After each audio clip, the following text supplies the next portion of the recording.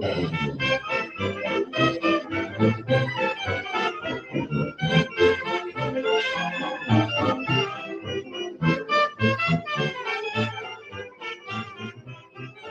guess George's computer crashed. I'll be back in a minute. They know. They're listening. So you said people were afraid to talk about this, or refusing to? Like, what was the deal there? I got a lot of hemming and hawing. I got a few outright no's, and then I got basically just stonewalled. People stopped talking to me. I'm not even like a conspiracy guy. Like, this is a history podcast, right? Like this, we do talk a little conspiracy, and we've talked to Howdy McCoskey and stuff, and we've had those sort of out there conversations, but it's all sort of dovetailing together. Well, that's the thing. As much as I'm into conspiracies, I'm extremely objective and level-headed about everything that I can be. But it's like when you go looking and you just find all of this stuff that's out there without even having to go to crazy conspiracy theories, like stuff like flat Earth and stuff like that. I'm friends with almost all of the top flat Earth people. And there are things that make you go, something's not right here. But you can't prove it. I mean, unless you can get on Jeff Bezos' dick rocket, you're just not going to be able to prove it. And you know what? If somebody wants to pony up a couple $100,000, since I have a decent reputation, I would do it in a second and film everything I possibly could and be like, here's what I saw. Yeah, well, I must say, Jason, the official position of We Talk About Dead People is Minecraft Earth. Okay? So we don't believe in flat Earth. We believe in a digitally repeating meme world over here. Yeah, George, you know your camera's on, right? I do. You're the only one. Yeah, well, you know.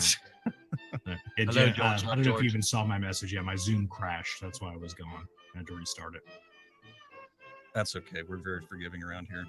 All right. Well, let's just get into it then. Jason, are you ready? Yeah. Okay. As long as my level's up. I can't hear anyone. You sound good to me, but George, you can't hear anybody? Oh, I heard that. Okay. You gotta get your computer to stop acting up there, buddy. It's not my computer, it's Zoom. Zoom has been a problem since they forced me to start using it in 2020. I know. I'm about to drop some cash on a Rodecaster just so I don't have to record with Zoom. But it is what it is for now. This is how we do interviews. This is how we've done interviews since the beginning of the weird times. No, we used like Google for a little while, Hangouts. Yeah. They discontinued that, didn't they? Yeah, they replaced it with Google Meet. It's like, I kind of liked Hangouts better. I've heard other people say that. That's why I was like, yeah, I'm pretty sure they jacked that all up or something. Yeah. Well, in the interest of actually keeping this somewhat official, welcome to We Talk About Dead People, everybody. I am your host, Aaron C., and I'm here with my good friend George and our guest Jason Lindgren of Crow 777 podcast. We are honored by Jason's presence, mainly because I'm a little bit of a fanboy about Crow 777 ever since I discovered it in 2018. I found it because I was looking for weird conspiracy shit, and what I discovered on the show was way more substantial. I can't think of a person I'd be more interested in talking to than Jason about the topic we're going to cover today, because I've watched this guy research the shit out of like everything for at least 3 years. So, Jason, welcome to We Talk About Dead People. Well, hello and thank you. I'm honored and flattered. Thank you. Oh, yes. Well, I mean, it's like I was saying, like, I haven't listened to a podcast that's quite as well researched as Crow 777, and I've been looking for a while, and there's nobody who really gets to the core of things quite like you two do. And I'm not here to just kiss ass. I'm just saying it's impressive when you compare it to the quality of the stuff out there that pretends to be doing research and stuff like that. Well, that's what we endeavor to do. That's our thing. There is a lot. When you start talking about things that sound really out there and you come to the table with nothing or next to nothing or just repeating other people, well, that's, in my opinion, and Crow's as well, I believe, that's an issue. If you're going to talk about some out there stuff, you better bring some receipts. And that's what we try to do our best. Now, if it's something that's conjecture and we are just saying, hey, this is our opinions, or we think that it might be this way, we try our best to make sure that people understand that's what it is. But with a lot of these topics, and we're pushing to 500 episodes now, a lot of the stuff, yeah, I research the heck out of it and I write notes. And Crow is just like a voracious read, just constantly reading books, usually several at a time. And then I present the notes, I read them out, and then we have a discussion back and forth on the points. And that's how we do the show most of the time. Now, when we have guests, sometimes it's a little different. It's their approach, their opinion. But there you go. That's how we do the show.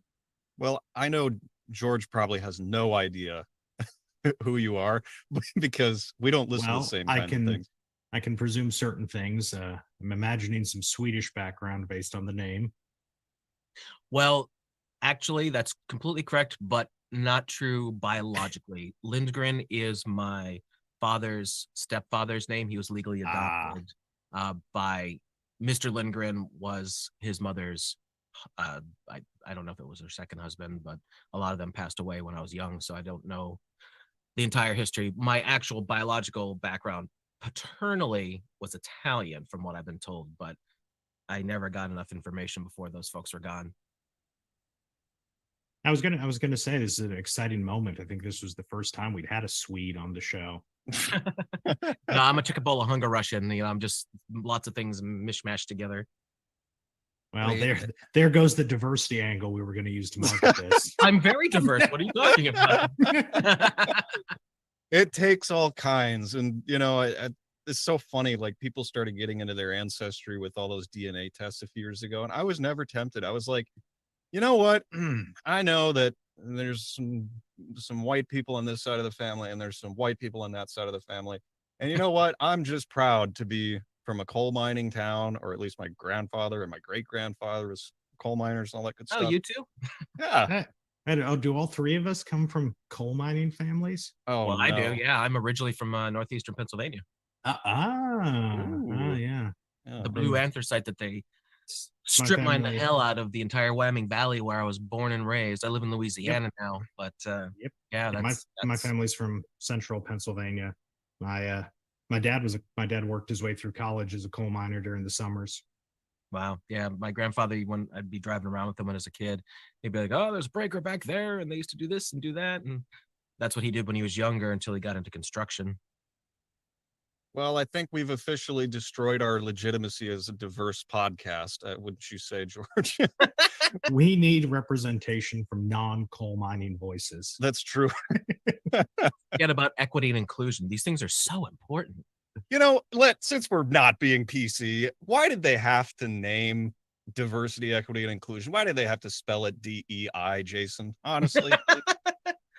They're like, this is your god now. Real opinion on this crap, because in my opinion, and it's pretty verifiable at this point, while it seems really nice on the surface that, hey, we should be open, inclusive to everybody everywhere, that's cool. And I don't think most level-headed people give a flip about any. I mean, this is the 21st century. I don't think anybody particularly cares what sex you are, what your sexual preferences are, what color your skin is. Most people don't give a crap, and the few who are still hung up on it, they're jerk-offs anyway, and those kinds of people are just going to end up dying off eventually. People don't care about that stuff. The politicization of all that, if I'm saying that word correctly, there's ulterior motives there, but that's not what we're here to talk about today. But it's not hard to see that there's ulterior motives in manipulating society when they start shoving the stuff down your throat. I'm looking at you, Disney. And yet, in a way, Jason, it is what we're here to talk about, because the propaganda explosion of 2020, it was so bad. I didn't even know what to say, because in my background, I was trying to explain, like, to my parents, stay calm. The media is having a feeding frenzy. Please do not watch 24/7, and nothing I could do could stop them. And my poor grandma passed away during the whole thing, sitting in front of Fox News, and that's just the saddest image I have in my head. But it's like, all of these pushes can only happen if we've figured out how to hack the human mind effectively, which I think they've rather well done. One of the things we did early on in the pandemic, after I got over the initial shock, I was like literally in my bed staring at the ceiling like, I cannot believe this is happening.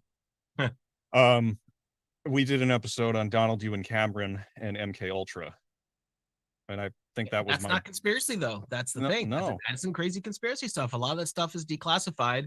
God only knows what's not declassified. That's the part that worries me. Right. Right. And we can only speculate all day long, but what we do know is that there are techniques for controlling and manipulating people and scaring the hell out of them, which are well documented. And one of the books that I picked up early on, inspired by your show, was Propaganda by Edward Bernays. And I was so blown away by it because it's literally like a wizard revealing how he does his tricks.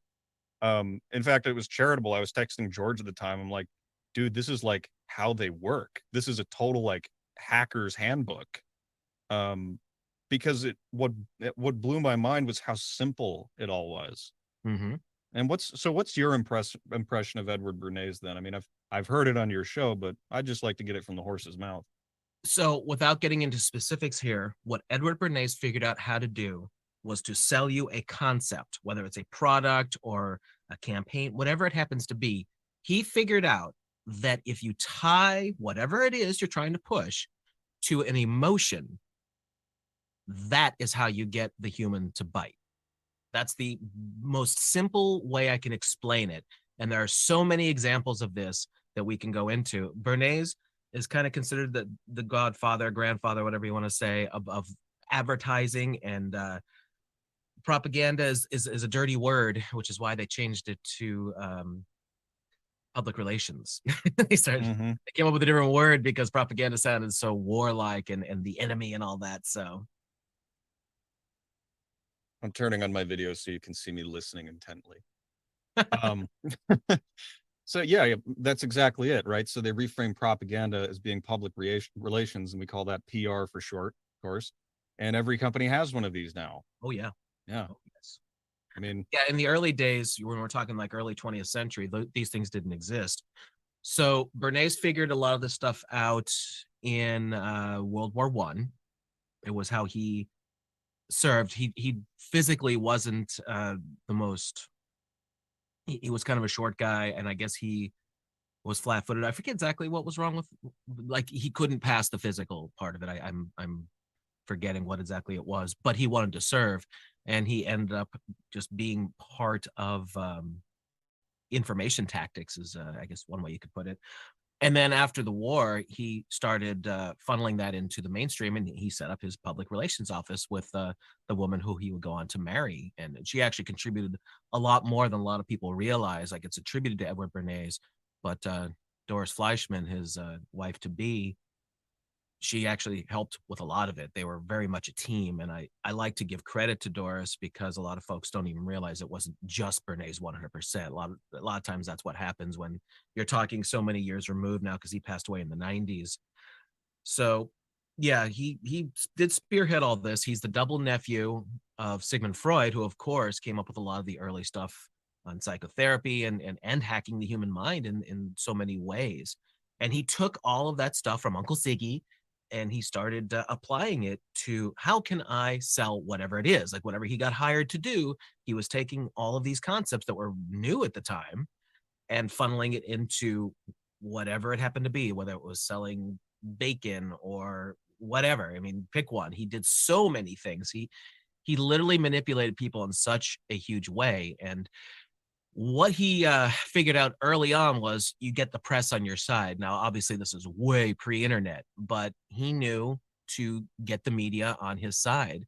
And by planting stories, and a lot of times that's what he would do, he was able to steer the public consciousness in the direction that he wanted it. And he wasn't always successful, but he was frequently and almost successful most of the time.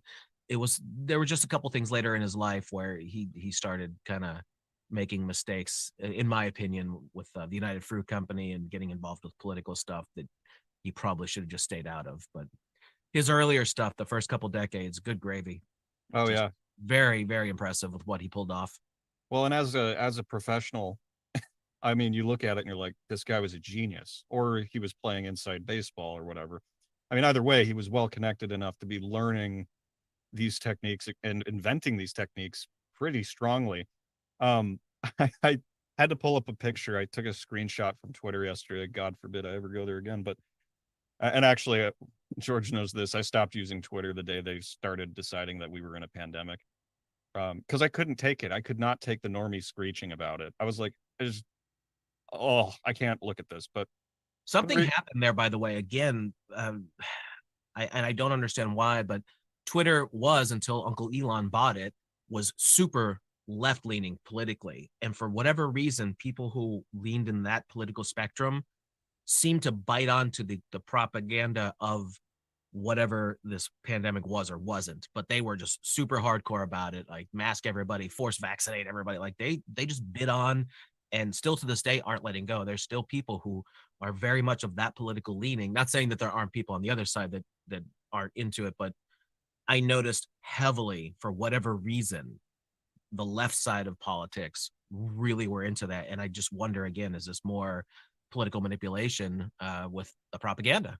Oh, for sure. Well, I think my initial reaction there would be that the left wings, the so-called left wing side of things, uh, they do operate more in rhetoric than dialectic, right? So they create campaigns that are based on emotions, strong emotions, usually anger of some kind at something about something.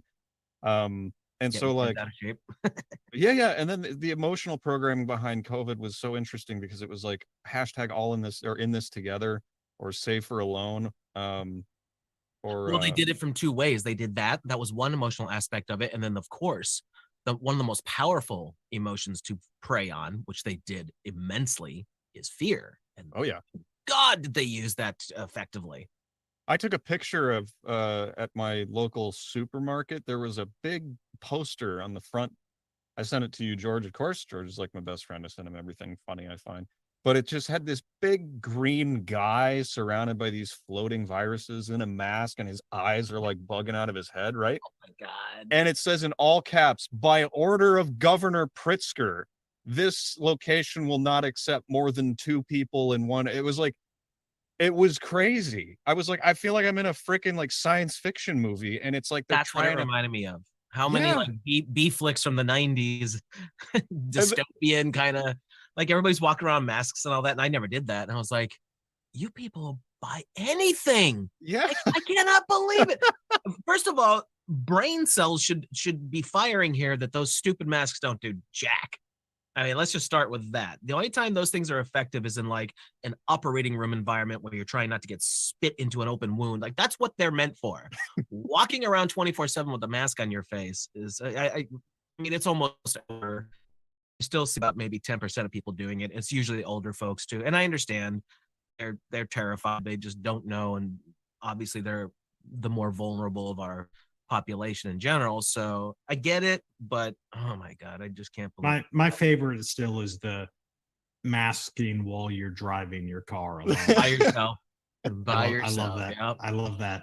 Like, who are you protecting yourself against? And then there's the other propaganda side of that where they're like, your mask protects me, my mask protects you. It's like, it's not really how it works. No.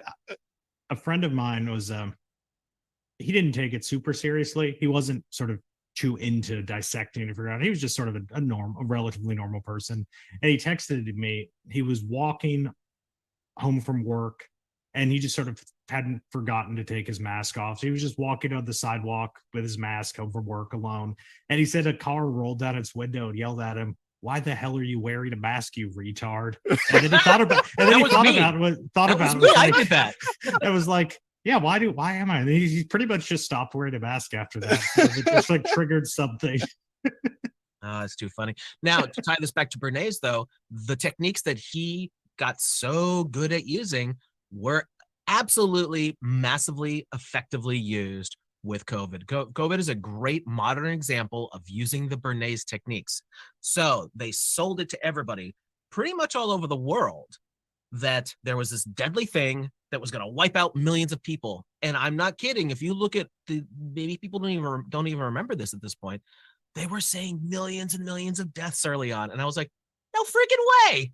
No way. If that was true, either somebody invented something in a biolab that is so deadly that that it got out. But we know that's not true, because if that happened, you would have seen like some serious shit. No, Jason, I have to stop you, because it wasn't millions and millions. It was 333 million people that were going to die, right? And then Well, it the was numbers 33 changed. it was 33 million people who lost their jobs in one day, and then it was like 666 people like got fired for not taking the.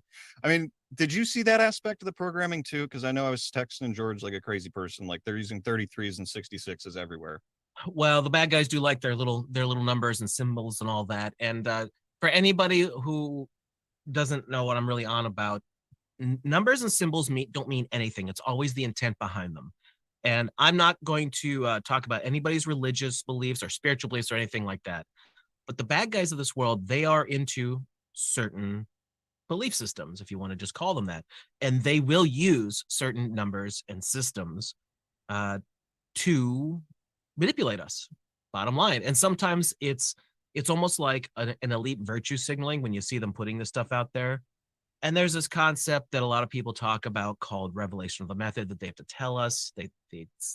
The speculation is that it's a karmic thing, that they have to tell us what they're going to do to us. And if you have eyes to see and ears to hear, that you'll be able to figure it out. And it's really not that hard to figure out once you start looking at it all. Like the fact that they were telling us however many zillions of people were going to die, to me, that was preposterous. If this thing, whatever this thing was that bad, you would have seen a much different response. I mean, you've seen movies where they just break out the hazmat suits and everyone's just going bonkers. And like, yeah, telling you to stand 6 feet apart and put a diaper on your face is not the answer to a massively contagious thing. That to me was nothing but manipulation, in my opinion. For sure. I mean, the whole thing was like so laden with emotional messaging, magic talk. I think the one thing that really got me, and that maybe you'll get a kick out of this, I'm sure you noticed it too. I mean, because I feel like this is the kind of thing you would notice, was that for about like 3 months they were having the mask debate. Remember that? And you would see mask debate, mask debate, mask debate, and that to me sounds like, yeah, like word magic, right? It's like, just jack yourself off, you stupid idiot. Just like, and it was so crazy because I guess it sounds kind of gross, and I apologize, but the masturbatory nature, the almost autoerotic nature of talking back and forth about whether or not they were effective was, I mean, it was like right there in your face. And then on the news, masturbate, masturbate, masturbate. And it's like, what the fuck is going on here? Like, well, and they flip flop too. I'm gonna need to make another cup of coffee. all right. I see how we're going here. This is gonna be a 2 coffee kind of interview. All right, get on it. Just mine. All right. So let me read you this tweet I saw yesterday, because we were talking about it and I got off track. But I read this tweet. I was like, oh, interesting. So it goes like this: the enemy is seeking to dominate minds. Dominating minds is much more valuable than dominating countries. If they take over the minds of a nation, that nation will gladly hand over its country to the enemy. That's why minds must be protected. Underneath that, the top comment is, why are you the enemy of Iranian women? Because it came from Khamenei. Oh my God. _Iran. But I was like, I saw that tweet. I'm like, that's exactly what I thought halfway through. I started reading was it 5th generation warfare? No, Unrestricted Warfare. Have you ever read that? I haven't, no. Okay, it's by this. I think I know where you're going. Yeah, it's by this Chinese military expert, or these Chinese military experts. Came out in the 90s, and it's all about like, if you can convince a nation to hate itself and that they're terrible, and you can brainwash them enough, you don't have to fire a shot. And I'm not sitting here blaming the Chinese. I'm just saying, well, they're damn right, because if you can convince everyone that the place you live is a horrible, terrible place, why wouldn't you just hand it over to the bad guys, right? Well, and there's also the opposite. No matter what you're trying to push on a population, if you get 80% of them believing something, they'll get behind you. I don't know if this is too sensitive to bring up, but I mean, look at stuff post 9/11. Why did the United States attack Iraq post 9/11? Doesn't make much sense, does it? What did Iraq have to do with all the things that we were told were the reasons behind those events? And it's like, as soon as you just look at that, you're like, what's the answer? Come on, tell me what the answer is. Why were you okay with your country, and this is our country, going to not technically war, because we actually have never been in, here's a fact a lot of people don't realize. We've, as the United States, have not been in a war since World War II. War has to be declared by Congress. So World War II was the actual last war that the United States was involved in.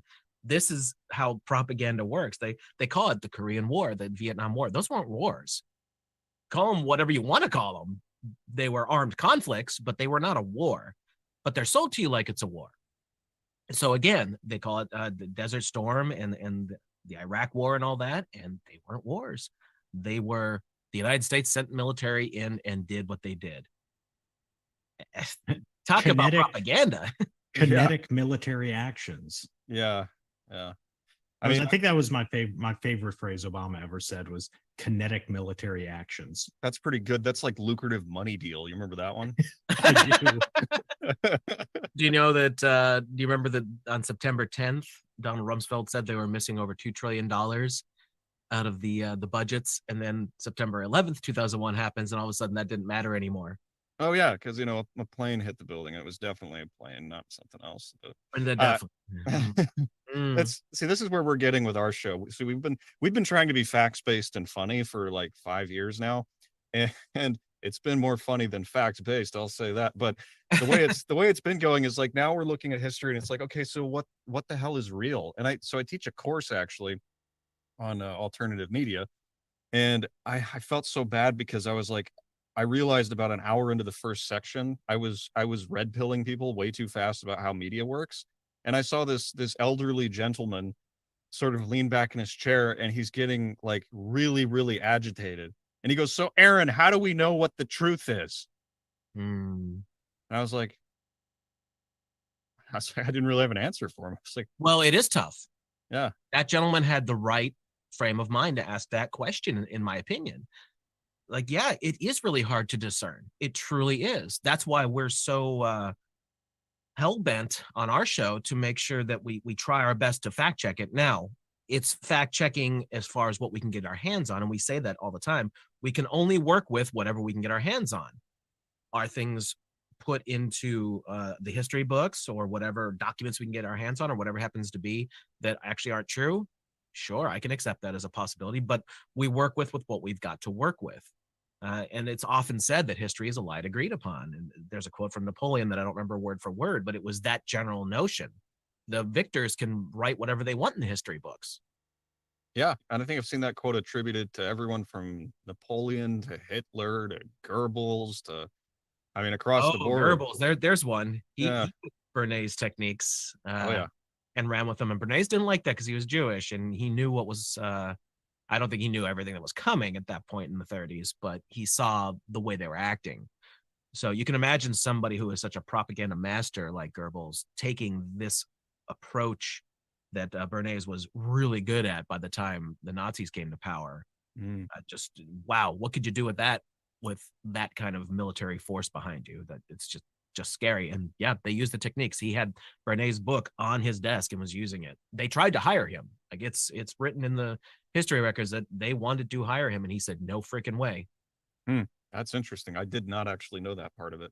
I've read some of Goebbels' stuff and it's like, one of the things about it is once you understand that there's a class of people or a category of people that are basically your, PR people, and their whole job is to manipulate you and basically put you on like a theme park ride for what they want you to do.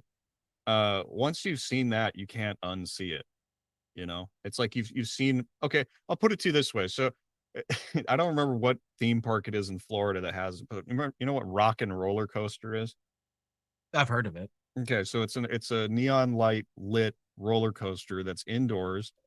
And you're basically supposed to feel like you're going through like almost like an 80s sort of neon light trip while you're on this roller coaster. And Aerosmith plays. That was the first roller coaster I ever went on. Okay, so I only went on it once, and the first time I went on it, halfway through, none of the lights were working.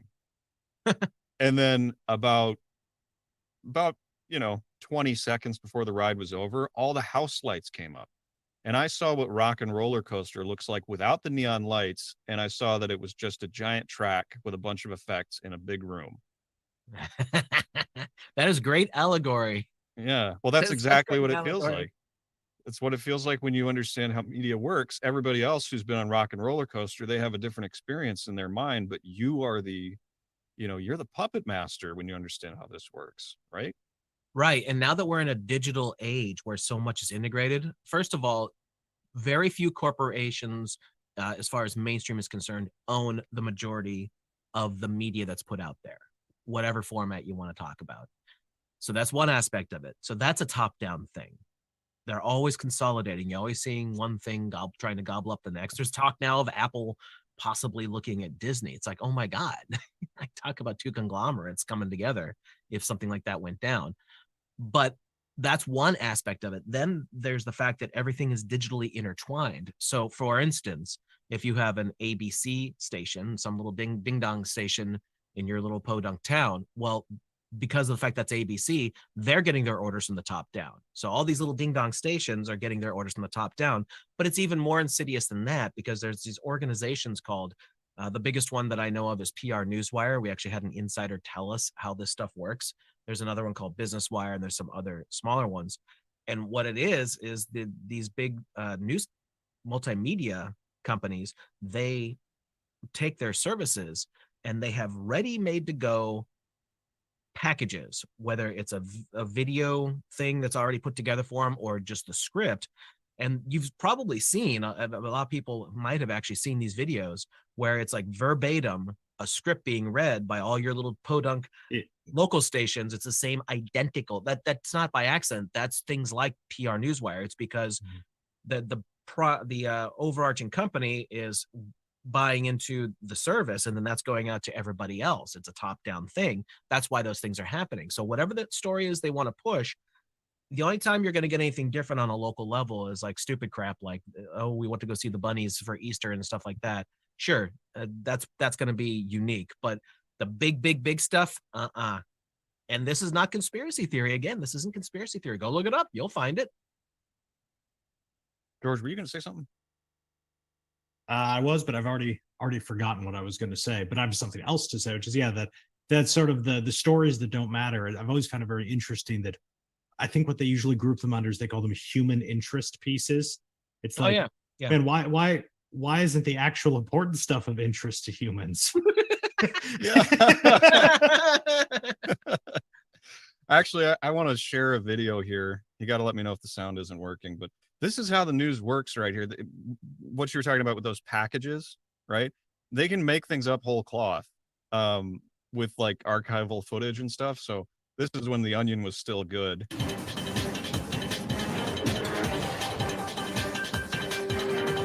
now, in a desperate attempt to fill 24 hours of programming, here's some bullshit that happened somewhere today. We've got some footage here of the bullshit, which began just after 3 o'clock this afternoon, when residents in this neighborhood were shocked to see this fairly common thing happening. An attractive witness described the event in breathless terms. I went to my window and I was like, whoa, there's some bullshit happening. That happened right over there.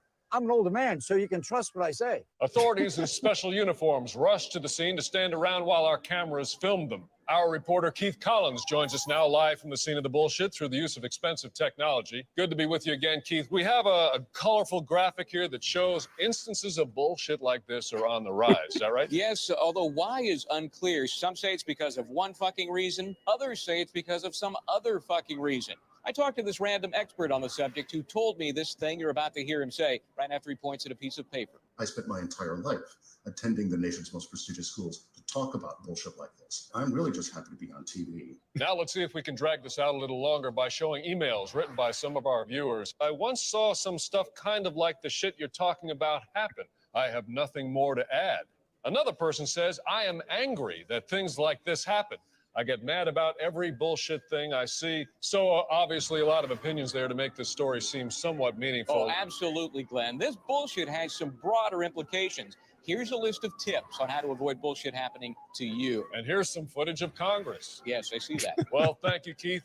Let us know if there are any updates on this bullshit story from there. There's no All right, that's enough of that. But Bingo. exactly how it works in real love life. it. Right? That's it. Oh, They nailed it in like what, less than 5 minutes? yeah. That was before they were co-opted by some other god-forsaken bullshit Oh, they company. must have been hitting too close to the mark. They were. But yeah, I mean, it's just like when you try to explain to people that it is just that stupid, they reject it. They're like, I don't know about that. You know, I'm just gonna go back. And like I was talking to, you know who Miguel Well, Connor the sports is? ball is on. That's important. Yeah, you know Miguel Connor, right? Name sounds familiar, but go ahead and tell. He runs Aeon Byte. It's a Gnostic podcast. We were talking to him, and I lost my train of thought. I think that's going to be our first edit right there. Why did I bring him up? Well, we Oh, just watched the news clip, the bullshit. The news bullshit. Yeah. We just watched the bullshit. Nah, I forgot it. I lost it. Sorry. Edit. It happens. It happens.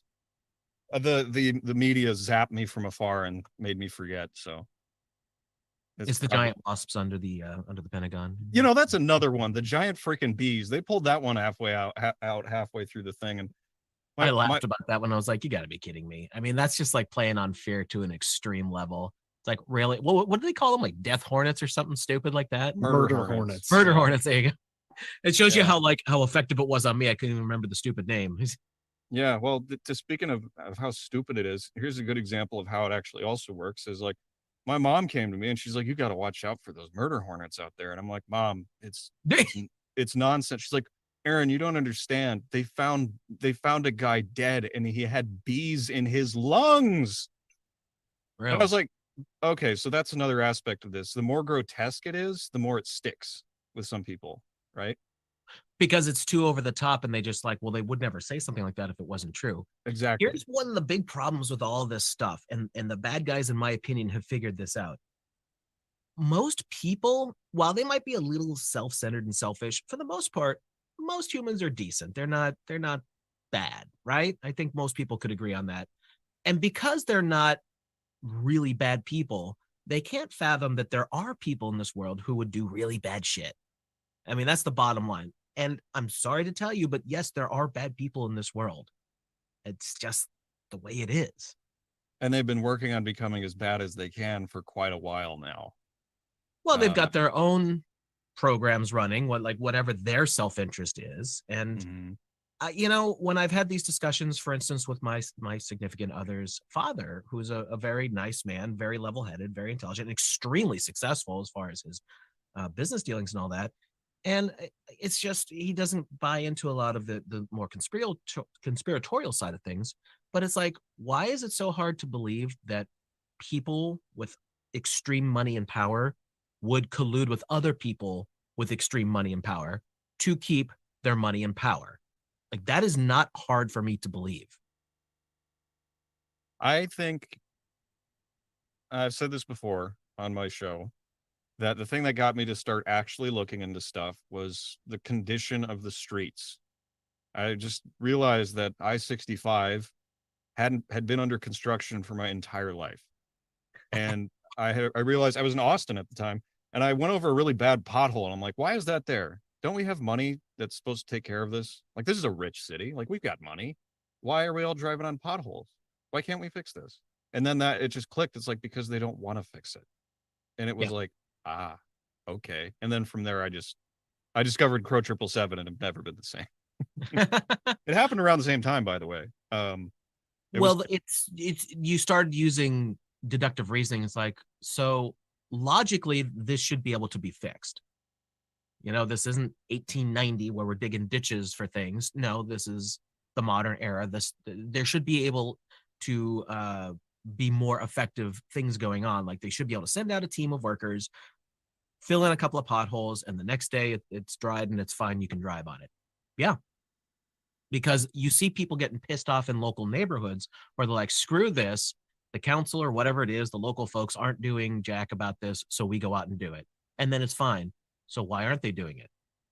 And this is not an uncommon thing. You just see this over and over and over again. So you know that there's some kind of weird intention behind all this.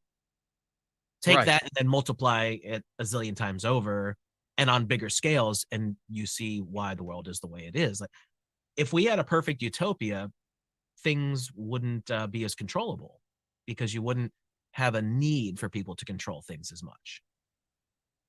So why do you think, Jason, why do they do the humiliation stuff? Why do they want us to eat the bugs?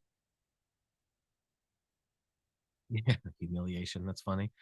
I personally feel, and this is based off of their own documented statements, that they are hell-bent on reducing population. I'm talking about like the top tier bad guys here, whatever you want to call them. And this is, again, not me just pulling stuff out of my butt or reading crazy conspiracy stuff from a website that came out in 1996. This is out of their own mouth. And I'm talking about people like the great example, Klaus Schwab from the World Economic Forum. Go on their website. They've got papers you can read about what they suggest. And they, in no uncertain terms, they tell you that, no, you're the problem. That's how they're manipulating everything. They're convincing people that you're the problem, and therefore we're the smart ones. We'll tell you how to handle this stuff. And they, for a very, very long time, you can go back decades and decades to earlier, if you want to call them elites, the bankster families, whatever you want to call them, they've made it very plain and clear that they think there are too many people in this world. And that, I think, is the whole basis of all of this. They want to reduce the population, because the one thing that we've got over anybody who's trying to control things is that we outnumber them 1,000,000 to 1, and that terrifies them. The big mistake came, in my opinion, with the baby boom generation. They had just pulled off World War II, and it never even occurred to these mega geniuses that are pulling the strings behind the scenes that all these good old boys that went over and fought this horrible thing and came back, that they'd want to settle down with a girl and have kids. And they did it in droves. And we have the baby boom generation.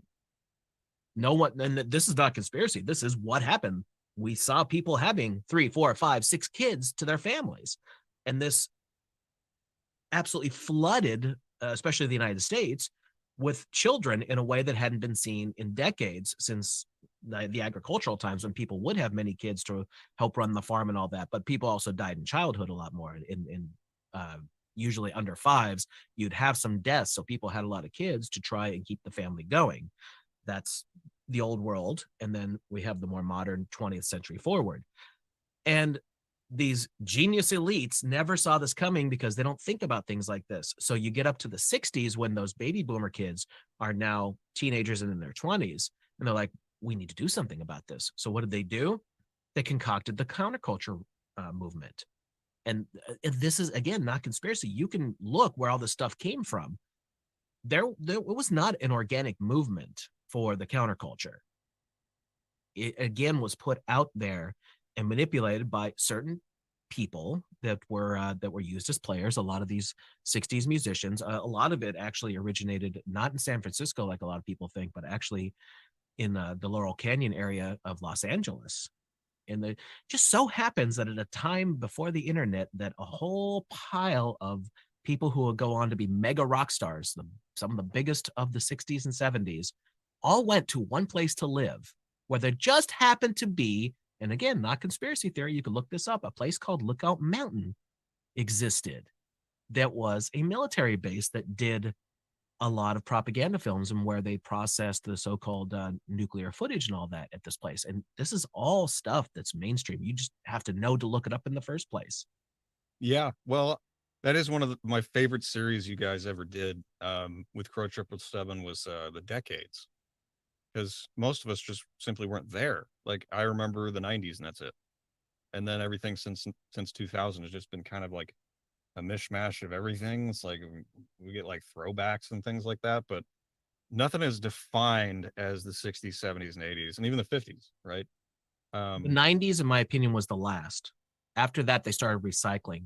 It's like grunge and that whole kind of new punk that they did. Grunge was basically punk kind of recycled, in my opinion.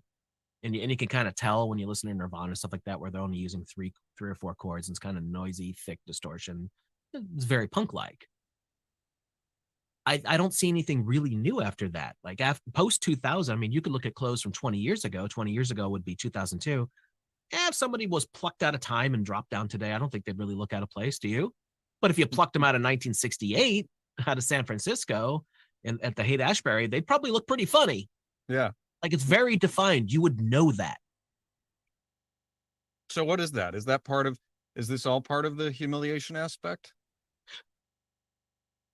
Well, there definitely seems to be some kind of design to it, I guess you could say, because like literally you could see gears being changed from one decade to the next. Like, I always point out the 60s to the 70s and then the 70s to the 80s. Like, it's now I lived through these. I was born in 1973, so I can look back in my memory to when things, even though I was young, I can still remember like going from the 70s to the 80s. But let's take the 60s to the 70s.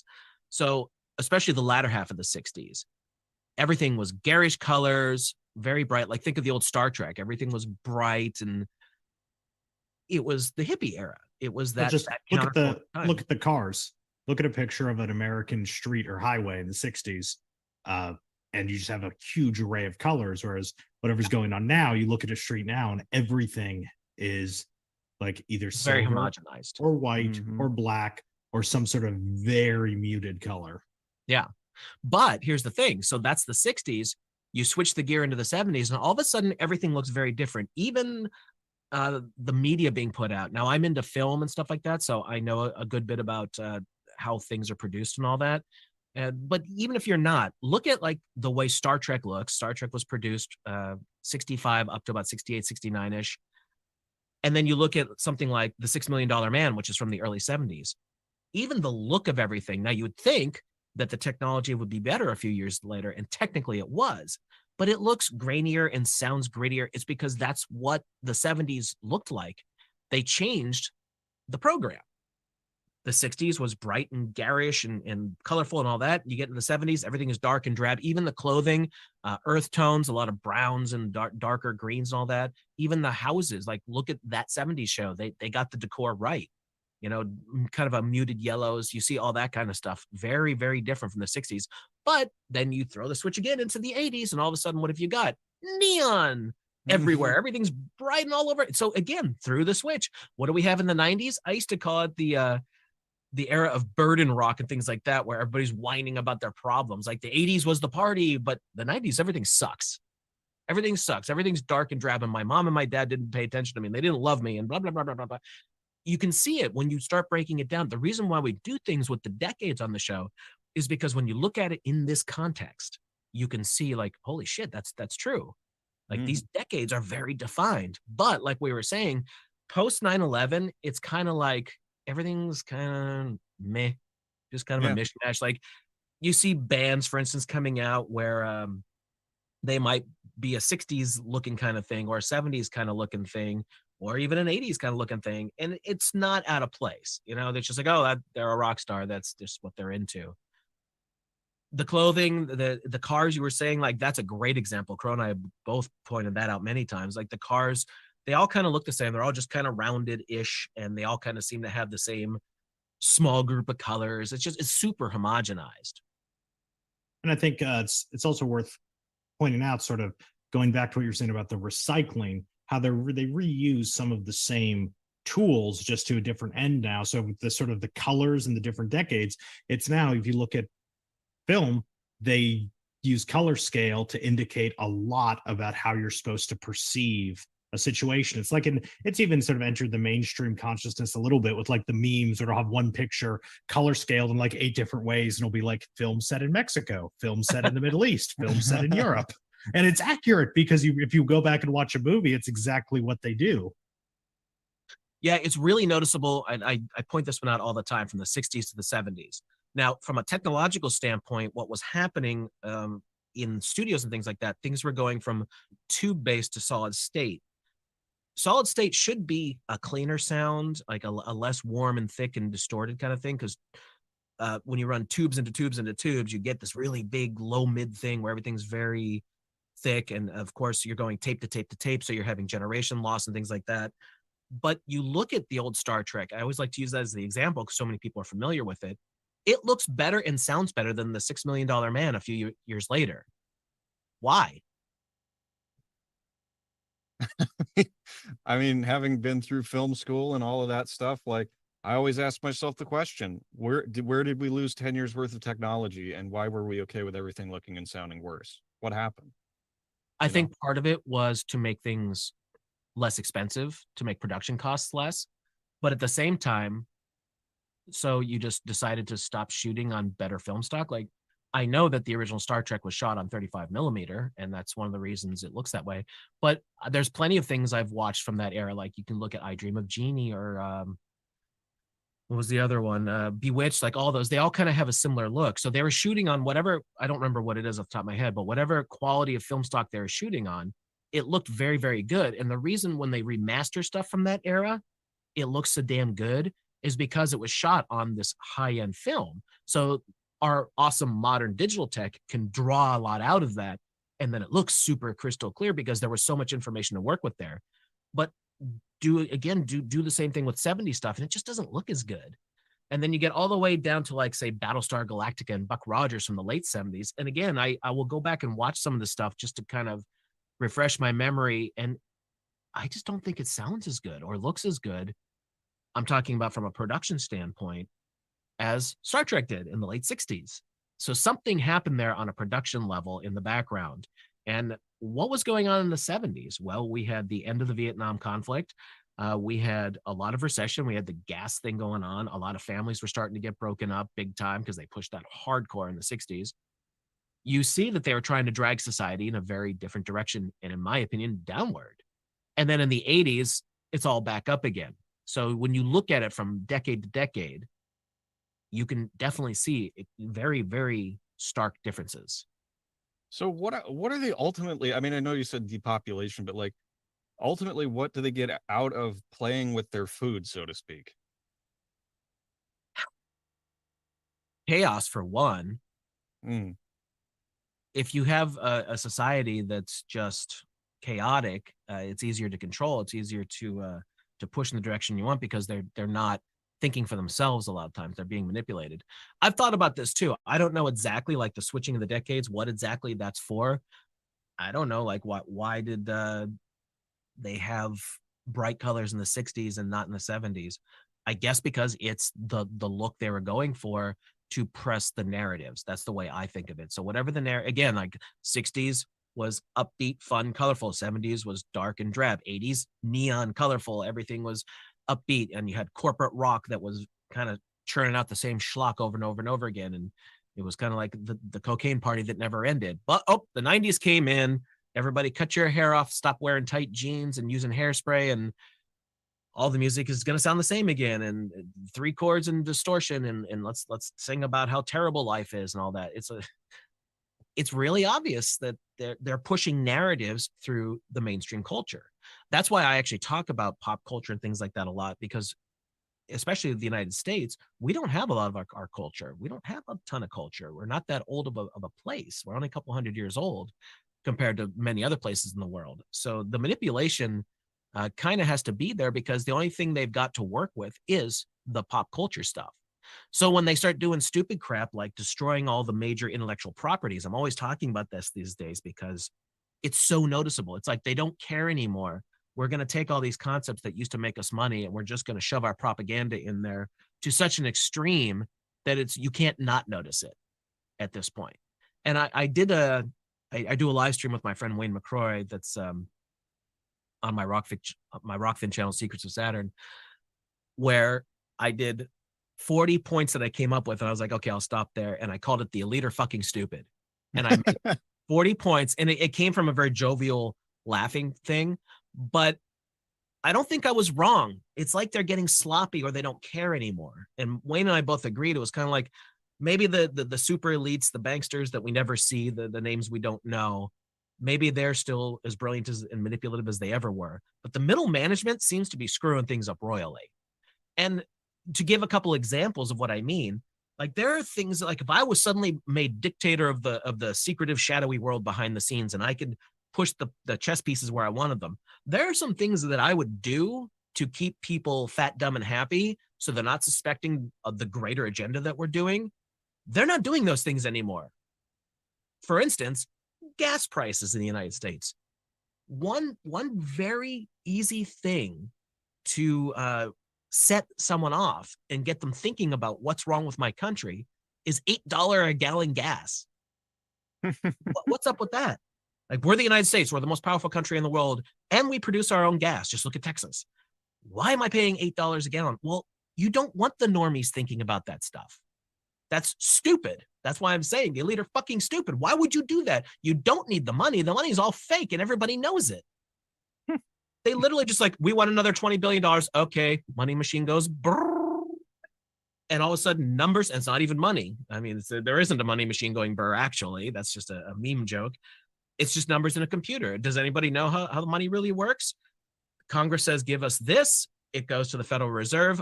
Bonds are exchanged. And then the United States owes that money back plus interest. So how do you get blood from a stone?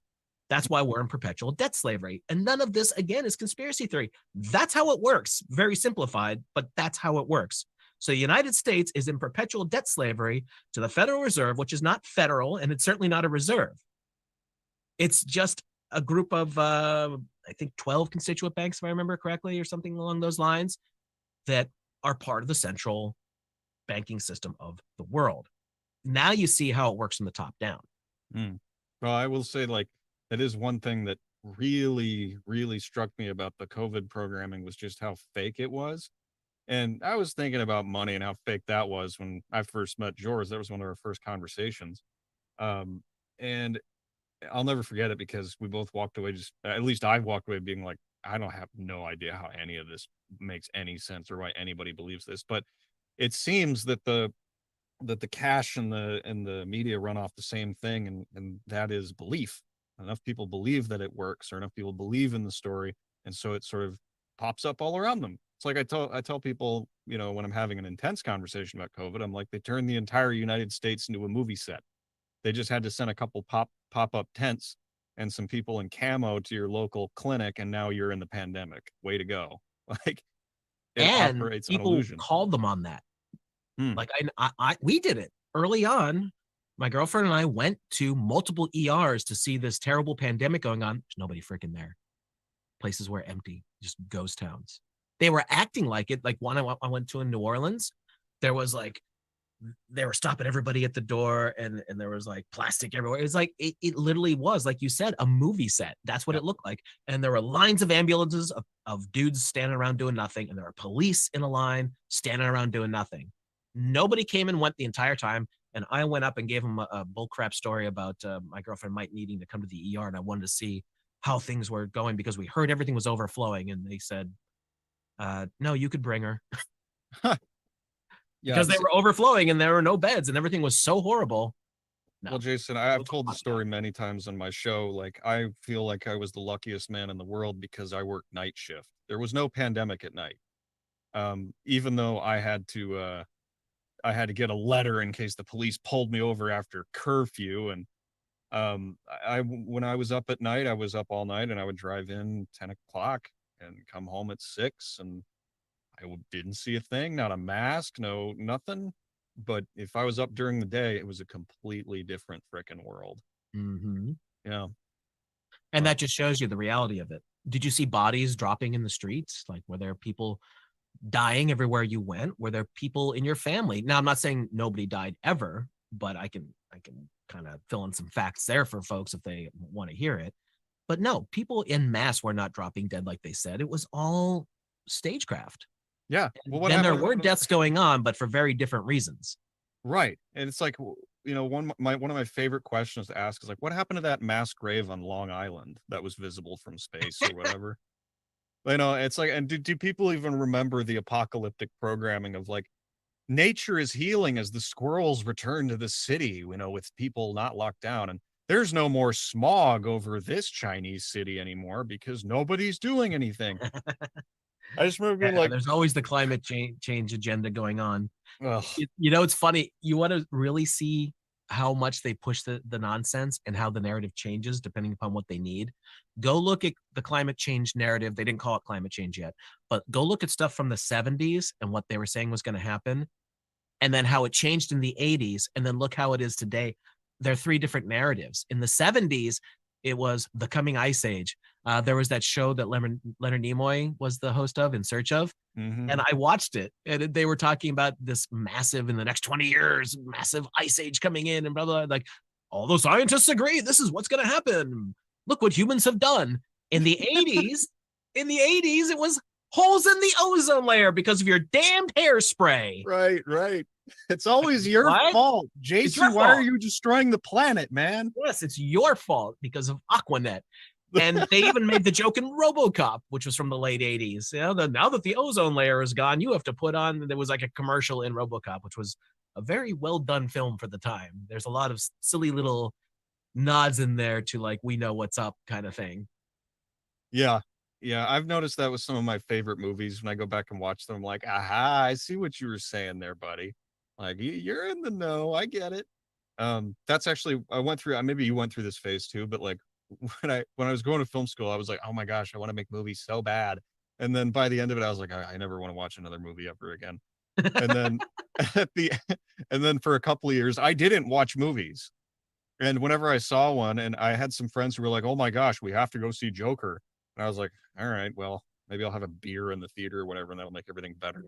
But I didn't see a movie for like years. And then recently, after discovering like the kind of encoding they put in it, I love watching movies because now it's like I'm a detective just looking a fun game. It's like a fun game, like Twin Pines Mall turning into Lone Pine Mall and Back to the Future. What could it mean? What does that mean? Good God, Back to the Future. What a movie. Came out in 85, and of course I was a kid then, and I loved the hell out of it. The amount of encoding in that first one, especially, wow. It's unreal. Joker was good, by the way. I was kind of surprised when I first saw the press shots coming out of it. I was like, ooh, that looks kind of but very, very well done on a very small budget. And because there wasn't a lot of this modern woke propaganda shoved into it, the movie made over $1 billion on like, I don't remember if I'm getting the number exactly correct, but it was a small budget. It was like 30 million or something like that. Talk about a return on investment. Yeah, for real. I mean, there was energy around that movie. And I remember looking at it and being like, okay, well, like the audience is obviously like angry, young, white right wingers or something like that. I'm like looking at it, I'm like, but I don't really, it's like, it looks unpleasant. Like, I don't know if I really want to watch that, but no, they didn't say what time period that was in, but it felt like late 70s, early 80s to me. Exactly. Which was like the end of the drabness that I was speaking about. Like it kind of had that feel to it because they're kind of showing like how things were breaking down a little bit, like the system wouldn't help him with his medication, and that this is what happens when you abandon people who are actually in need. They can have consequences, things like that. Like I picked up on that notion that they were pushing, which is different than today where you have just welfare out the wazoo for everything and everyone. They want to shove medications on you and that kind of thing. Not saying that everybody everywhere gets the help they need, but it seems like that was a problem then that's kind of different now. George, Jason and I have just been going, and you've just been stroking your beard. You must have some seriously deep thoughts. Oh, I wanted to circle back a little bit to what you were saying about how there was no pandemic at night. So it reminded me of how there was also no pandemic depending on where you lived. So first part of the pandemic, I was still physically present at graduate school, spending all day in my little apartment because nothing was in person anymore, and not seeing anyone because, well, you know how universities are. Most of the people I worked with, they literally went into their apartments and never came out. I was just enjoying the fact there were no lines at the drive-thrus anymore. But then when I finally said, why am I even still here? Now everything I have to do is over the computer. So I went back to the family farm out in the real America, and it was amazing. There was no pandemic. I would go to my local hardware store to buy whatever, and nobody wore masks. It just literally wasn't a thing. And I think that's why part of the reason, anyway, to what you were saying earlier about eating the bugs and living in the pod, it's so much easier to spread the narrative in cities than it is through a rural environment. I completely agree with that. I think that's why they keep trying to push more and more and more to get people into big cities. And I don't know if you're familiar with Owen Benjamin and his kind of community that they call the Bears. They figured that out, and they're getting back to nature kind of thing. They push the concept of homesteading, like doing your own thing. You could be near a city, but don't be in the city, that kind of thing, so that local communities would trade amongst themselves and all that kind of stuff, because that is one of the big control mechanisms. You're in a city, you're buying everything from the supermarket, you're getting your electricity from the local company, like all these things, you're completely under their yoke. So this community that, thank goodness, has figured this out, they're doing more and more and more of their own thing, even to the point where they're going really off grid. Sometimes they're even making their own electricity and have their own water and things like that. Well, that's brilliant. If you can do that, do it. It's like neo Amish, but not. I guess maybe not. Well, Yeah, I mean, when sort of all your activities are tied up in a system like that, I think it becomes very, very hard to not start to adopt the ideas the system wants you to have. And it's interesting. I was thinking about the rural thing, going back to my own actual field of history. It's always been a question for people in power how to implement ideas among spread out populations. And in the old days of the Roman Empire, a big part of it was currency. That was really the one way you had, if you were a centralized power, to actually send messages to everyone in your domain. Because, say you're the emperor in Rome, it's easy enough to get everyone in the major cities to hear a message you want them to hear. That's easy. How do you get a villager in Syria to know what you want him to know? And coins ended up being sort of the primary means for the dissemination of propaganda messages, because ultimately they would spread throughout the whole empire.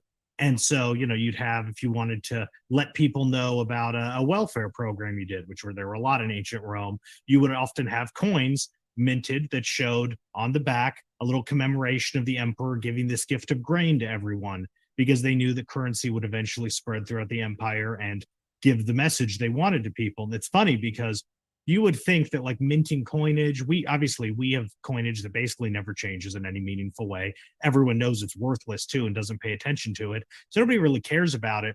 But in the ancient world, it was really a lifeline for establishing sort of legitimacy and sending messages. So, like, we have Roman emperors who were, pretenders and usurpers who ruled for, a matter of a couple months. You would think making new dies and mints and casting new coinage is not super high on the priority list. But we have coins from emperors who literally were in office for like a month. They got the coins out there with their face and their messages on them because they knew just how powerful a tool that was to reach people who they couldn't reach in the cities. What a Right, when you horrifying don't have mass concept. communication, what are you going to do? You have to do something to put your foot down on everything, right? Yeah, and that's a really terrifying concept, attaching money to the specific type of information you disseminate, right? Kind of brings up the whole free speech question. That's half the reason I have a freaking podcast to begin with. I mean, Free speech, yeah, it's supposed to be free. what are but your if you go thoughts against on the free narrative- speech, Jason? Again, you can see how the narrative is manipulated, because every tech platform, just about, now things are a little different with Uncle Elon in the past couple of weeks, but overall, not that I'm an Elon Musk fanboy, but he has changed things on Twitter, which was, and I always hate bringing it back to politics, but there seems to be something about modern day politics where, like, when I was growing up, I'm 49 years old, so like, while there were kind of differences between Democrats and Republicans, now I'm American, so I have to use this as the example. Yeah, there'd be differences, but it wouldn't be so over the top that it would be ridiculously different. Not that I remember growing up, 80s, 90s, even the 2000s. Now there are radical, stark differences between the right side of politics and the left side of politics. And for whatever reason, the left and the far left, what they call the far left, they seem to be batshit freaking crazy these days. Just, if it's the most retarded thing you could possibly think of in our society, that's what the left are doing. And they used platforms like Facebook and Twitter to push whatever crazy notion that they're on about. For whatever reason, it just seems like tech companies are predominantly infiltrated by these social justice warrior types, like these people who are not just Democrats, not just like left leaning. And those terms have definitely changed over the decades as well. Because if we were in the 60s, I'd probably be way more left leaning. Today, I'm very much a centrist, but I don't have a problem with some of the conservative values. But the stuff that the left pushes nowadays, I wouldn't ever go near. It's over the top. Yeah, it's almost like even calling. I mean, okay, I don't mean to be like this, but I've been trying to come up with a word to describe what we're talking about here, because left, it's not even a political ideology anymore. It's like a mental disease. And I've got like left wing liberal friends who I've somehow managed to stay friends with throughout the years, who also see this and they don't know what to call it. And I've been like defaulting to like NPCs, but my favorite one I came up with was battle droids. Yeah. Because they just get the narrative and they're like, Roger, Roger, shoot the Jedi. We're It dumb is and kind of like that stupid. though. Yeah, it is. It's like they're hooked up to some kind of a hive mind. And they all think the same way. And this is one thing that I learned from your show, and also with conversation with George, is there's information and then there's ways of thinking. Um, if you think like a battle droid, you're going to pick up facts and figures and bang, bang, boom, boom, pow, pow. I'm going to shoot the bad guys. You're operating like a robot. Learning to think dynamically is what I think Crow calls getting the safety pin out of the diaper, right? Learning Yeah. to think critically. It's something that George and I were blessed with, I think, because we were homeschooled growing up. We went to college, and these people who weren't homeschooled immediately just got swept up into like feminism, racism, and we were just like watching them, Yeah. like, what are you guys doing? You're not even having fun right now. Like, it's college. You're in college. That's what I don't get. Like they're acting like this is 1955 and every woman is under the yoke of a man. Like the things that they say, I'm like, where do you go that you're seeing this? And I've asked plenty of women, and unless they're like these super stark feminazi types where they're just like man haters, which is way too common nowadays, I'm just baffled. Like, are you watching Mad Men or something like that and thinking it's the modern world? Because that's not true. Like, I used to work for Guitar Center. I was a manager, and our HR department was. I'm offended by the term manager. Oh, they had wool managers, believe me. Oh, God, I'm assuming gender now. What the hell? Jason, get off my podcast, man. We can't have that kind of talk around. Down with the patriarchy. But it's like, seriously though, like what the hell are they talking about? The HR departments were so integrated into even a badly run company like Guitar Center, where you couldn't do anything. Like if you tried to discriminate against somebody, your ass would be grass in 5 seconds. Like this doesn't happen in the modern world, to the point that they're promoting people based off of ticking check boxes as opposed to putting the best person in charge. And I saw it happen, unfortunately, too often with management. It's like, well, we got to have a woman in charge. Why? Because we have to have a woman in charge. Can't be another straight white guy who did really well on the sales floor and was really good at leading his department. It's like, no, we can't do that. We have to have a woman in charge. It's that kind of mentality. It's like you're shooting yourself in the foot to tick the checkbox. It's like, no, if it was a female who happened to be the best at it, of course she should be promoted over the others. But if it's the other way around, you shouldn't not be doing it just because. Well, now you're talking common sense, and we can't have common sense. Exactly. And you see this stuff is rampant now. It's like, I know that there are racist people in the world. I know that there are sexist people in the world, but nowhere near to the point that the NPCs, as you said, like that doesn't exist in mass. As a matter of fact, it's the opposite today, to the point that being a straight white male is being discriminated against just because.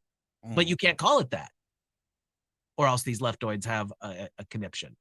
Well, that's what's crazy though, dude, is like, okay, so I've worked in all kinds of different places. I worked in television, I've worked in New York City, I've worked in, a warehouse. Like during the pandemic, I was in a warehouse. And you know what I found in there? People generally got along great and they didn't have any problems. And there wasn't like this racism stuff around that we just dealt with.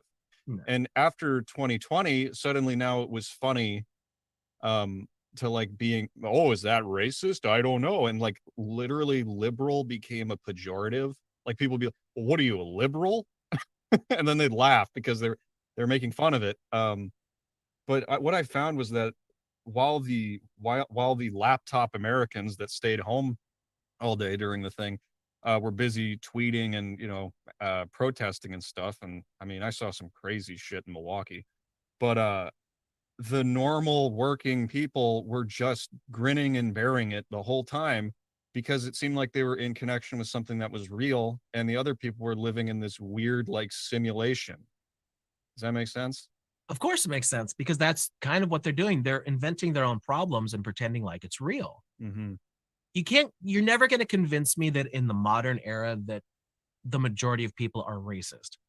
You can go back to the 80s where you had just major, let's just use Black people as an example. Like the Cosby Show is one of the top shows for years, all Black. And that's just one of a zillion examples. The Fresh Prince in the 90s, all these things. How many Black actors are like Will Smith, like top A-list actors for decades? No one gives a shit about the color of his skin. Well, It's just ridiculous that they think that this over-the-top racism. What about sports? Predominantly, like football and basketball, especially, it's more Black than anything. well, this I want to take this a level higher, because one of the concepts your show with Crow introduced me to was the concept of the egregor. Would you be willing to help us understand what an egregor is? So the real basic version is, if you put energy into something and name it, is a good way to do it, of course. You can almost create a spiritual or mental construct that is kind of sort of actually alive in its own sense. Hmm.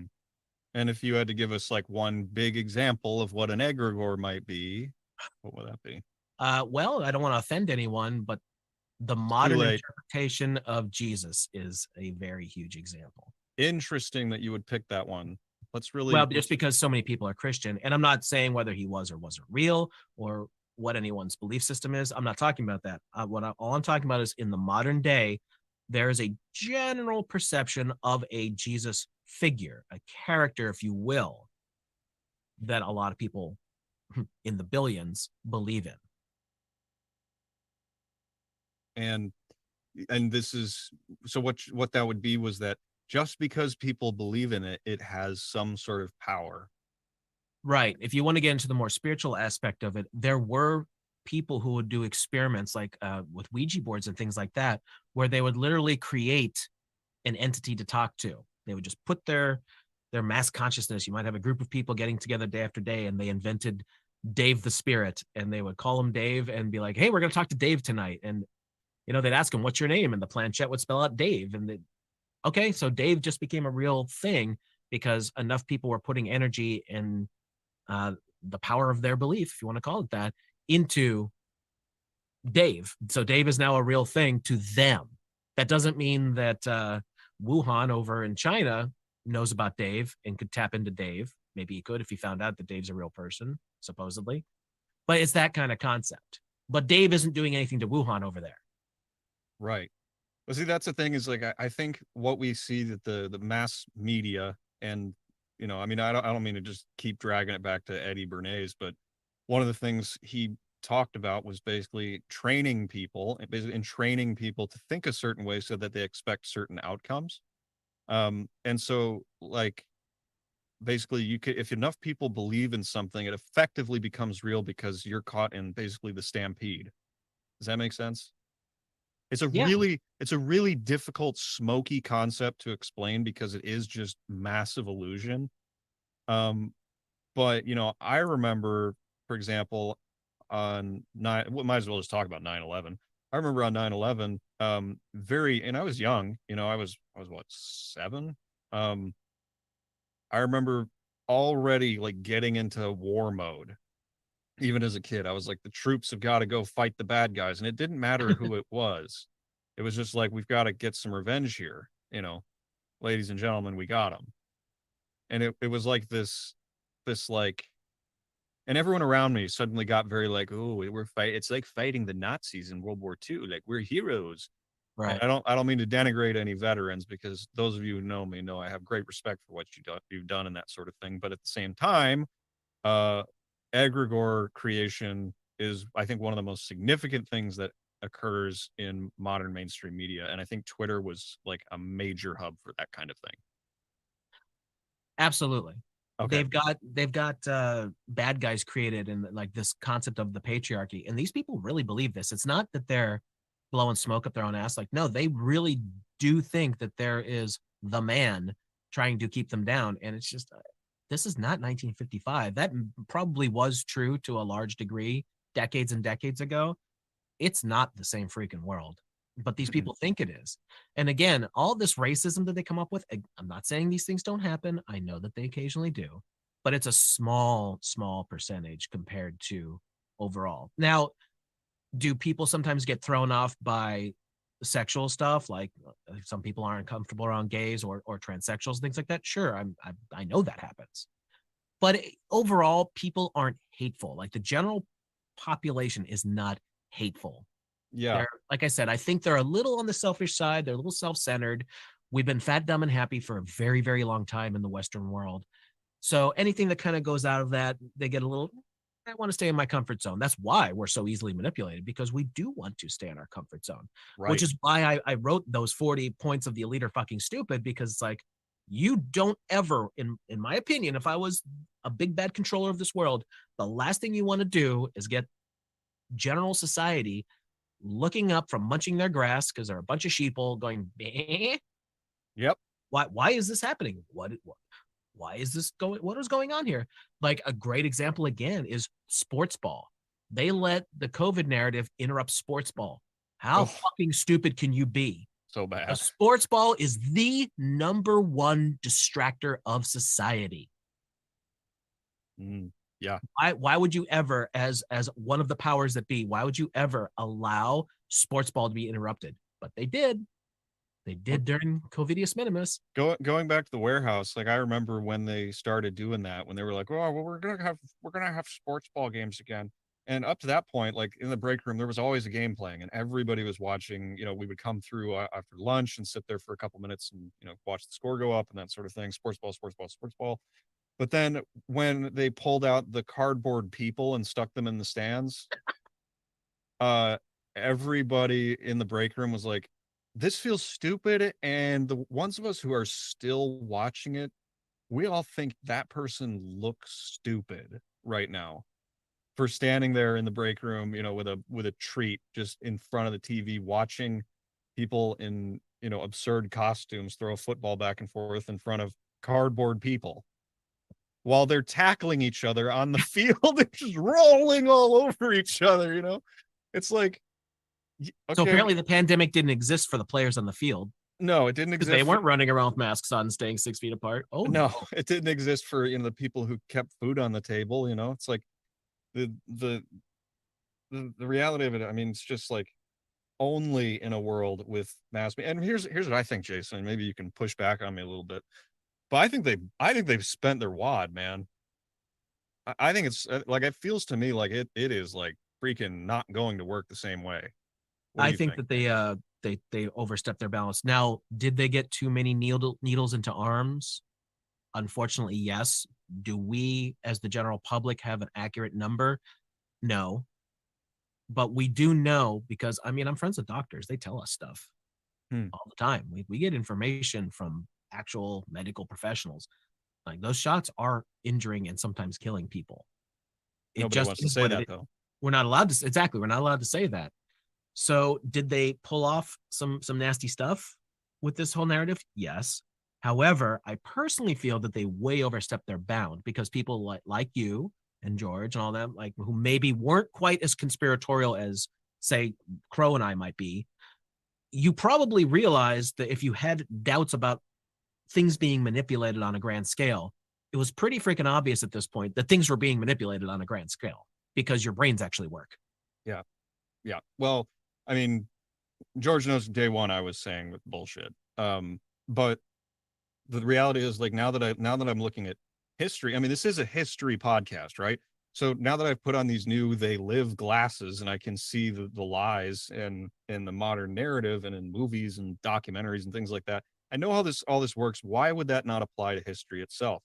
That's why I like your podcast so much for history, is because you guys do take the time to, like, really, as much as you can, verify stuff, but you still come at it from a place of like, yeah, but we don't really know, though. And I think, like, examining history in this way, it's like it's going to sound ridiculous to anybody who doesn't know me or hasn't listened to the show for a while, but like I can't look at the moon landing the same way anymore. And I know that sounds stupid, but I just look through those. I look through the numbers and the things they name things and the stories they tell about what happened while they were there, and I'm like, this is all a weird ritual. Maybe they did go, but either way, it has the trappings of some kind of weird spell. I can't prove whether they were there or not, but there are a lot of weird things, like the fact that most of them were Freemasons. They admittedly said that they did a ritual on the moon, Buzz Aldrin and Neil Armstrong, and they took a Masonic apron with them, supposedly. So why would you do that? Why would that be important to NASA, the National Aeronautics and Space Administration? Why would doing a Freemasonic ritual, and you're telling people that you did a Freemasonic ritual, why would that be important to have that done? If weight and all those things were so, it was so expensive to take anything, any object, every ounce you took on that rocket should have cost money, but it was so important to get that Masonic stuff up there if they really went. Like, it's weird things like that. And then you look at the symbolism with the patches and all that kind of stuff. You can go all the way back to the founding of all this stuff with JPL. Jack Parsons was super occultist, and this isn't hidden. This isn't conspiracy. Oh, it's right there in Wikipedia, and his first name's Marvel. Sorry. Right. And he wrote not love letters, but basically ass-kissing letters to Aleister Crowley. They did back and forth, and he was part of all that organization. And then he got involved with the super scammer L. Ron Hubbard and all that, where he took what he learned from them and then founded Scientology and how to manipulate people there. Like, this stuff's there, man. This is not conspiracy. This really happened. It's just the general population doesn't know and doesn't care to look. Or they've been given a cleaned up, edited, sanitized version of it. Like on the History Channel. Yeah. Right after Ancient Aliens. What was I gonna say? Oh yeah, like I can't remember if it was Apollo 11 or a later one where they actually like brought like a little figurine to the moon and left it there in remembrance of like some cosmonaut who died. And apparently that's like a kind of a Freemasonic ritual, or maybe not Freemasonic, but it's some kind of a ritual in a way to leave something there that's shaped like a person. I seem to remember something vaguely about nukes involving like a little figurine of a person or something like that. I don't know if that was on your show or something else. I don't think we talked specifically about that, but yeah, there were different of the Apollo missions did different things. Like it was so important to take a golf club, or they fashioned a golf club out of stuff, and they had golf balls, and it's like things like that. It's like, again, if the weight was such a big deal that you had to have those things. Not saying that you shouldn't try and have a little bit of fun, but on something that if one error happened, it could be a critical error that costs everybody their lives, and bazillions of dollars just went up in smoke. Right. It just seems a little suspicious to me. Like, you should be really, really, really careful with everything you do. And the Apollo 1 crew, the original crew, are a perfect example. Like, why the hell would you possibly think that having pure oxygen in a capsule is a good idea when you've got electronics everywhere? Old school analog electronics, no less, where everything is wired and things like that. Like, there's live circuits going on with things that were hand wired together, where one spark, this is actually what they think happened, one spark would set up, of course, pure oxygen is going to burn up. What the hell, man? Like, this is just common physics 101, yet that's what they did. And of course, they had to refajigger everything and put it behind because they had to switch what the atmosphere was and all that. So it's like, you just got to wonder, like, what the hell is going on with these people's minds that they make decisions like this? What was that documentary that came out not long ago that was like it was like 3 hours long of just like debunking every photo of the moon landing? Was it like American Moon or something like that? There's a couple of big ones in the 80s and early 90s. There were several. There's a guy out there who's got some really interesting footage named Bart Sabrell. Oh yeah, the guy who got punched by Buzz. Yeah, because he kept going after them. He wouldn't let it go. I love that guy. It's quite interesting. I don't know him. A friend of mine knows him. Who's done shows with him, but he was trying to. He focused. I like the way he approached this when he was trying to make this documentary. What was it called? I think the exact title is "A Funny Thing Happened on the Way to the Moon." But that's it. Yep, I might be slightly off, but I think that's what it was. But anyway, he asked NASA for all the footage they would possibly give him from Apollo 11. And he was looking for stuff that wasn't like the same recycled stuff that you saw over and over and over again. and he got all that seemed to be like the same, even though he was asking for unedited footage, all that seemed to be the same homogenized crap that was super edited that you see on PBS documentaries and all that stuff over and over again, except for one reel. And if you watch this one thing, and people have it cut out as clips now because the documentary is like 20 years old now, maybe even a little more, where it seems to show that they're faking the distance that the capsule would be from the Earth. It's really the only conjecture you can make. So did they go into a low Earth orbit and then fake the rest? Definitely, maybe. I can't prove that. I've been waiting for technology, for consumer level technology, to get to the point where you could have a large enough optical telescope where you could point it at one of the landing sites with a high enough megapixel digital camera that you could zoom in with the pictures you took of the landing sites and see if you can actually see anything, so that it's not coming from a major corporation like SpaceX, and certainly not coming from a government body like NASA, which, by the way, NASA is not a public organization. Its charter is under the Department of Defense. So all of you people out there who thinks NASA is a public organization, you are unfortunately incorrect. And we also haven't been to war since World War II. So there's that. Yeah, there you go. Well, it just If shows I, you how much these terms, like, they spin stuff to us. Mm-hmm. Yep. I wanted to sort of connect a couple of the things that came up. So I was thinking about that whole egregor thing and giving something a reality by thinking about it. What's sort of even easier to do is, rather than creating something ex nihilo, taking something that does exist and completely changing what it is, giving it a completely new identity by its implantation into the consciousness. And I was thinking back to what we said about Saddam. To Americans, in 2003, Saddam was somehow the cause of 9/11, even though, of course, in reality, it was absolutely unconnected. But it had a level of just social belief that I still, at this day, know people who, to them, Saddam is connected to 9/11 somehow. People were so thoroughly convinced of it that it really became an almost historical fact to people, when in reality, of course, we know, and this goes back to the currency thing, that probably had a lot more to do with the plans to disentangle Iraq from international financial markets and everything that goes along with that. That really was the driving factor. But it's amazing the way that once something has taken on a reality in people's minds through a sort of common popular belief, it almost becomes dogmatic. Yeah, well, it absolutely is. And the thinking is, of course, like the general average person's thinking is, well, he must have been the bad guy because we went and did it, because we wouldn't do that any otherwise, would we? Well, did you know that Saddam Hussein worked for the United States government? Did you know that Osama bin Laden had a code name with the CIA, Tim Osman? Like, there's these simple things that can easily be fact checked that the average person just doesn't know. It's like, well, why would this Osama bin Laden guy be working for the government that he turned around and attacked? Well, I don't know. Why don't you try and figure it out, genius? Like, think about it for a second. Yeah. Well, I mean, just thinking about like how it's like what George said, like how it quickly became like public, not like Saddam Hussein's obviously the target. Obviously, he did it. And we have always been at war with Saddam Hussein. Right. There you go. You just nailed it, dude. You nailed it. Yeah. What a great example. Yeah, that's actually like a really deep thing you said just there, because Saddam Hussein's name keeps changing. We're always at war with somebody. And it seems like these days we're just like at war with ourselves in a way. But I'm also seeing, it's like, honestly, like Jason, if I told myself 3 years ago when I found Crow 777 I'd eventually be talking to you, I wouldn't have believed it, because back then I thought you guys were nuts.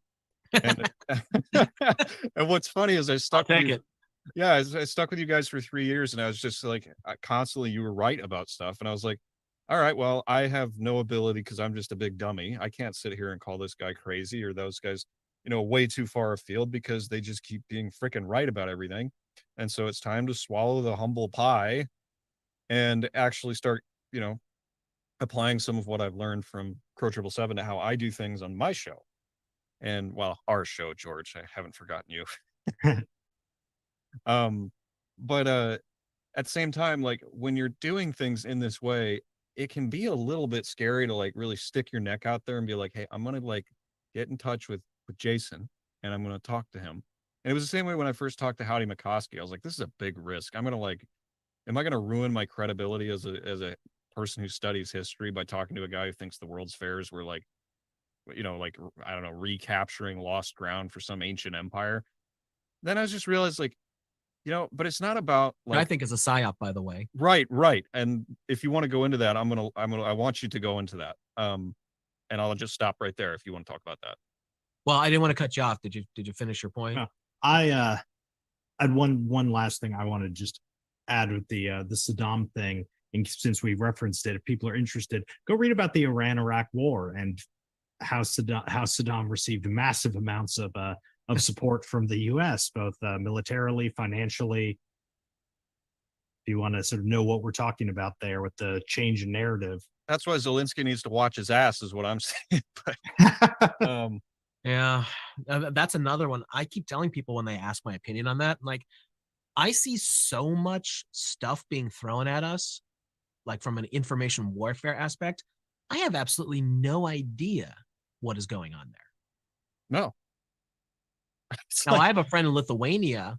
When this first started happening, not her, she's in her 20s, but her parents are old enough that they lived through the Soviet Union era. And she said that everybody was terrified, that they thought Russia was going to try and start putting the Soviet Union back together. And they were actually discussing get out plans, and like everything is go west, go to Poland, like let's get out of here before anything goes down. And of course that hasn't happened, but I'm just saying, like, this had a very real world effect that I was able to find out firsthand, well, secondhand, because of somebody that I personally know and have known for years, because she told me, I asked her opinion on it, and she's like, oh yeah, that like the average person started getting scared, that they really felt that Russia might be on the warpath to rebuild the Soviet Union, and that is the last thing they wanted. That's interesting insight. I mean, it is crazy how fast things are just thrown at us, including the psyop with the lost history or whatever. So if you want to talk Tartaria about that, is the big one. That's the one I have a problem with. Now, this is my opinion. We all know that things get manipulated through time. There's no way, unless you were there or have very good evidence, the further you go back in time, the more there can be a question mark on things. I think that's a pretty common sense approach to any of this, right? Mm-hmm. But as far as the stuff that I hear about the Tartarian narrative and all that, and it's changed over the years. When this started coming out a few years ago, and they were talking about this, the big thing I kept hearing about is mud flood. Okay, so worldwide mud flood happened during the time of the American Civil War. And automatically my bullshit detector went off, because I was like, wait a second. The American Civil War is massively documented, pretty much on a personal level. If something crazy like that was going on, shouldn't someone somewhere at some time during this time frame of the 1860s have mentioned it? In that some internet sleuth in the 21st century is just bringing it to light? So nobody in a journal anywhere wrote about finding fabulous cities. Nobody in a journal wrote about how giant, whatever it was supposed to be, giant mounds of mud were raining down and overtaking cities, whatever the narrative is supposed to be. I was like, okay, so that to me automatically is like, no, that makes no sense, because this is a time before the modern era where everything was conglomerated down with the media companies, everything. There was still a lot of independent journalism. Now, there was a lot of yellow journalism and blatant bullshitting going on to sell newspapers, but doesn't change the fact that there were people writing their own stuff. Like, was it put in the family Bible? Was it put in journals that we still have to this day? No, there's no evidence of this anywhere that I'm aware of. I will make sure to say that I'm aware of. I'm glad you brought the journalism thing going to the media. I've got to take off in just a minute here, but I want to leave on one final thing that has sort of occurred to me. And this relates to what you're saying about the elites being kind of stupid and not always being successful. And one thing that seems to me they really tried and it just never quite took off relatively recently was this the institution of this sort of priestly caste of fact checkers. Like, who are all left-leaning, by the way. Who are all just another set of journalists who work for the exact same people they're allegedly fact-checking for. And from the very beginning, it was ridiculous when you look. It's like, we understand that people have started to lose trust in journalists. So now we're going to take half those journalists and ordain them as fact checkers, and then everyone will unhesitatingly believe what they say. I like your choice of words because it seems to be very accurate. No, really, it was like, and I remember during the 2016 election, like Hillary really leaned into the fact checkers, who have, given us these scrolls of wisdom, which are not to be questioned because they're not journalists. They're, they may work in the same offices, and a year ago, all of them were technically just journalists, but now they are fact checkers. And I feel like it was a meme that didn't really work.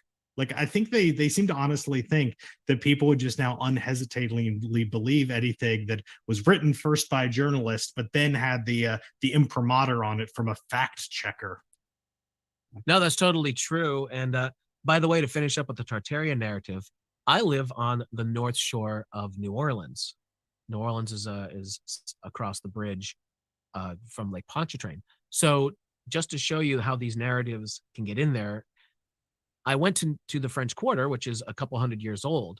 So if a worldwide mud flood happened, you would think that New Orleans, and specifically the French Quarter, which has existed longer than this supposed mud flood that would have taken place around the time of the American Civil War, and New Orleans being either at sea level or just a tiny hair above it, well, there should be evidence of this, all this stuff that these people are always pointing out. And no, there wasn't any. I walked around in and out of the streets, looking at the buildings, looking at the windows, like everything that the people who are really into this Tartarian narrative at the time, they don't lean on this anymore. But this is something from a few years ago, and I've done this more than once. I go down there quite a lot, and I always just kind of glance around, see if there's anything that I could possibly say, okay, well, something weird could have happened that nobody bothered to report on, by the way. Nobody said that this happened, but okay, fine. And of course, that frustrates people who are into this narrative because, I'm right. Right. It's a lovely story. We did a bonus episode for our patrons. He was playing in this game, Escape from Tarkov. And so I called the episode Escape from Tartaria. And that was the time when it was really hitting fever pitch, and everyone was posting about it. And I was like, I find this fascinating. It's one of my new mottos this over the last couple of years has been conspiracy theories are chew toys for curious people. You don't want to get stuck to them, but they can be fun. But people started putting their whole reputation on I've done the research and the photos aren't right. But I guess to finish up the point I was originally trying to make about Howdy was, I like the guy. I don't know if, but we talked about it and we sort of discussed well, that's not not your whole thing. And people tried to make him the World's Fair guy, and he's just a really good thinker. Yeah, you can learn a lot he's a from great that. dude. I really like him. Yeah. Well, on that note, I have to take off for a meeting here. Okay, George. Well, thanks for joining us. We'll finish up and we'll see you later, sir. All right, Hey, Jason. It's good to meet you. You too, bro. I'll have to listen in on this, and I bet you saved all the real spicy material for last. Well, here's something spicy that a lot of people might not be too happy about me saying, at least in certain circles. I am heavily leaning towards the fact that this whole Tartaria thing is a psyop, because anytime someone goes against that narrative, you see them losing their channels or getting smashed in some way by the system super quick. Exactly. But there's other narratives that you could say that doesn't happen to, like flat earth stuff is everywhere. And I'm not attacking or being pro flat earth. I'm just saying that narrative, generally you don't see that happening with, but you attack Tartaria, boom. And we've had this happen personally with us, in regard to us. It happened to Owen Benjamin when he brought it up. He lost 4 Instagram channels that day that he mentioned it. Woody and AOR, who are two guys that do great research, same thing happened to them. As soon as our episode with them came out, boom, their YouTube channel got ripped down. Yeah, that episode was fantastic. And I love that you're calling it a psyop, because I think you're right. That's exactly what it is. And it's the same thing with the whole flat earth earth thing. And I don't want to offend any flat earthers or round earthers. I'm a Minecraft earther, I will remind you. The thing about it is oh yeah, you can find plenty of flat earth stuff. So maybe that, how could that be it if it's allowed? Because the only thing I've seen and I'm sure you understand, you have seen more of this than I, because I'm just a history podcaster. I'm not actually going after the big bad guys all that much. If you do something that's legitimately a threat to a narrative or something like that, you're gone. If you're doing something that's like sidestepping a narrative, you're fine. But if you go directly up against it and you say, I don't buy it, they nuke you. Well, yeah, well, that happened big time during the height of the pandemic crap. Like you couldn't talk, you couldn't do anything really to speak out against it, or you'd lose a Twitter account or a Facebook account or anything like that. You know, they would stomp down hard on you. You were not allowed to counter the narrative in any way, shape, or form that there's a horrible pandemic going on and you're spreading misinformation. The reason why I stopped live streaming on YouTube, we broke down a white paper called the SPARS epidemic. It was just a couple of years old. This was an official white paper, and I forget which, I don't remember if it was the CDC, like one of the major organizations. So we did a live stream of that, and they ripped it down that night saying it was medical misinformation. I was like, I wrote back, I was like, how is this medical misinformation when this was a proposed study that came from one of the major medical organizations of the world, but because you decided it was medical misinformation, you're ripping the show down, and that's that. And I never live streamed again on YouTube after that. I went to Rockfin. I remember when you and Wayne were doing that, I was working nights, and so many times I just stopped what I was doing and was like, this is the most horrifying thing I've ever heard. Like, it's right there. It's right there. And we're not even having, and if you come out and you say it's right there on the website, let's look at it together, people get triggered and like freak out at you. But man, yeah, this is going to sound really naive, man, but I didn't realize you were still doing Secrets of Saturn. I thought you were done with it. Well, I occasionally put things up on the YouTube channel, and we'll use it sometimes for live streaming stuff and then delete it so the channel doesn't get attacked. But I do Secrets of Saturn just on Rockfin. So I have literally like 1/1000th of the audience. Like I used to get hundreds of people who would tune into a live stream that I would do on YouTube, and I get like 15 to 30 at most on Rockfin. Now, I think a lot of people watch it in later time after the broadcast, but whereas I had so many people coming in and a huge chat room going on, all that kind of stuff on the YouTube channel, it's barely a blip on Rockfin. But I can literally and have completely said anything and everything that I want on Rockfin, and they don't say boo. The only problem I ever had with Rockfin was when they had a disagreement with Owen Benjamin because the owner didn't know who he was and what he was about, and that he was a professional comedian, all that kind of stuff. And they finally got their panties out of the bunch that they were in and actually brought him back. So the one problem I even had with Rockfin has now been resolved. So kudos to them for being open-minded. Well, I gotta say, like, I love Secrets of Saturn. So I'm gonna definitely check that out on Rockfin. I always listen to it on SoundCloud though. That was where I found it. But yeah, I don't want to keep you too much longer here, Jason. You've been very generous with your time. Was there anything else you'd like to cover while we're on here, or are you feeling pretty good? Well, I do want to point out something that's going on big time in the modern time, like the last couple of years. And this is just something for everyone to think about. And again, I keep harping on this stuff because this is what Western and more so American culture. Why are all the major entertainment companies just throwing away their major cash cows just to insert diversity, equity, inclusion stuff? Like literally things like the Marvel universe has become, it's not the MCU anymore, it's the MCU. And it's not even that they're making more female characters. They don't act like women, and they're just letting this overtake everything. But the stories are awful. Oh yeah. Like, you can get away with a lot of bullshit if you're writing a good story, but they're not writing good stories. Same thing with Star Trek. Like modern Star Trek is not the Star Trek that Gene Roddenberry's original vision was. It's just a whole bunch of social justice warrior nonsense. So those shows are crashing and burning, and they're stupid expensive. Star Wars is another one. Star Wars has literally lost half their fan base because they keep attacking the fan base. Right. Like, why are you doing that? Like, why is somebody, and this is something a lot of the nerd channels that I follow these nerd channels on YouTube because they're into this way more than I am, and it's an easy way for me to keep on the pulse of things. Because my favorite subject out of all this, if you want to call it conspiracy stuff, is social engineering, which is why Edward Bernays is so so much a favorite subject of mine and what he did, what he accomplished. You got to ask yourself, why are they throwing all this away? Like Disney has literally lost zillions of dollars. I don't know exact numbers, but like their last quarter, they lost over $1 billion. I think it was like $1.5 billion just on streaming. Well, stop spending tens of millions of dollars on stuff that's absolute trash. Yeah. Well, I mean, it's because my opinion, coming from a film background as well, like it looks to me like they're not getting their money from us. It looks like they're Well, getting it from and somewhere else. there is some validity to that.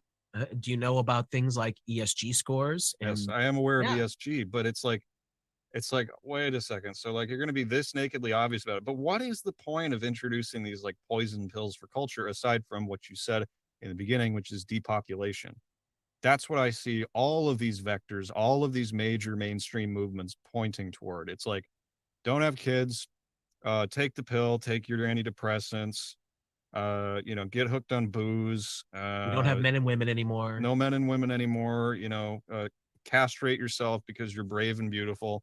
It's all towards like sterilizing people. Yeah. Well, what other assumption can you come up with? If you have a property like Star Wars, which literally should have been, when George Lucas signed that over for $4.5 billion, you literally bought a money tree. And yet, for instance, the Solo movie lost money. How do you lose money on a Star Wars film? How incompetent do you have to be to make a Star Wars film that loses money? Well, is it incompetency or is it intention? It's absolutely intentional. To what end, I don't know, except that another vector I have observed from the outside is that they worship ugliness and hate beauty. And I don't know what demonic force pilots a person to want to destroy all beauty, but that appears to be what they're doing. And I can see why people get nostalgic and want to believe in things like Tartaria, because it was back then, everything was beautiful and everything was free, and we were all good and clear. And that's why the psyop is so effective, is because it's the exact counter opposite to what we have now. Yeah. You're getting very conspiratorial here. I'm pretty sure that you might have a tinfoil hat underneath your desk there that you might be pulling out at any moment. But here's the thing. This isn't conspiracy. These are things that are going on. Like, I haven't said anything that is quote unquote conspiracy theory. Everything, no. I think everything I've said, I've tried very hard over the last 2 hours to say things that you could go and fact check me on. And again, those facts are, you have to take them with a grain of salt. It is what it is. We don't know if everything that we're finding is accurate, but you have to start somewhere. You have to use with what you can work with.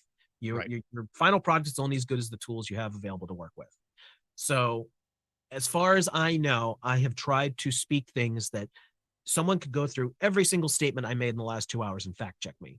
Mm-hmm. And I think that's pretty much accurate. It's okay to ask questions, and it's okay to say you're not sure of something, but here's a potentially other perspective on what it could be.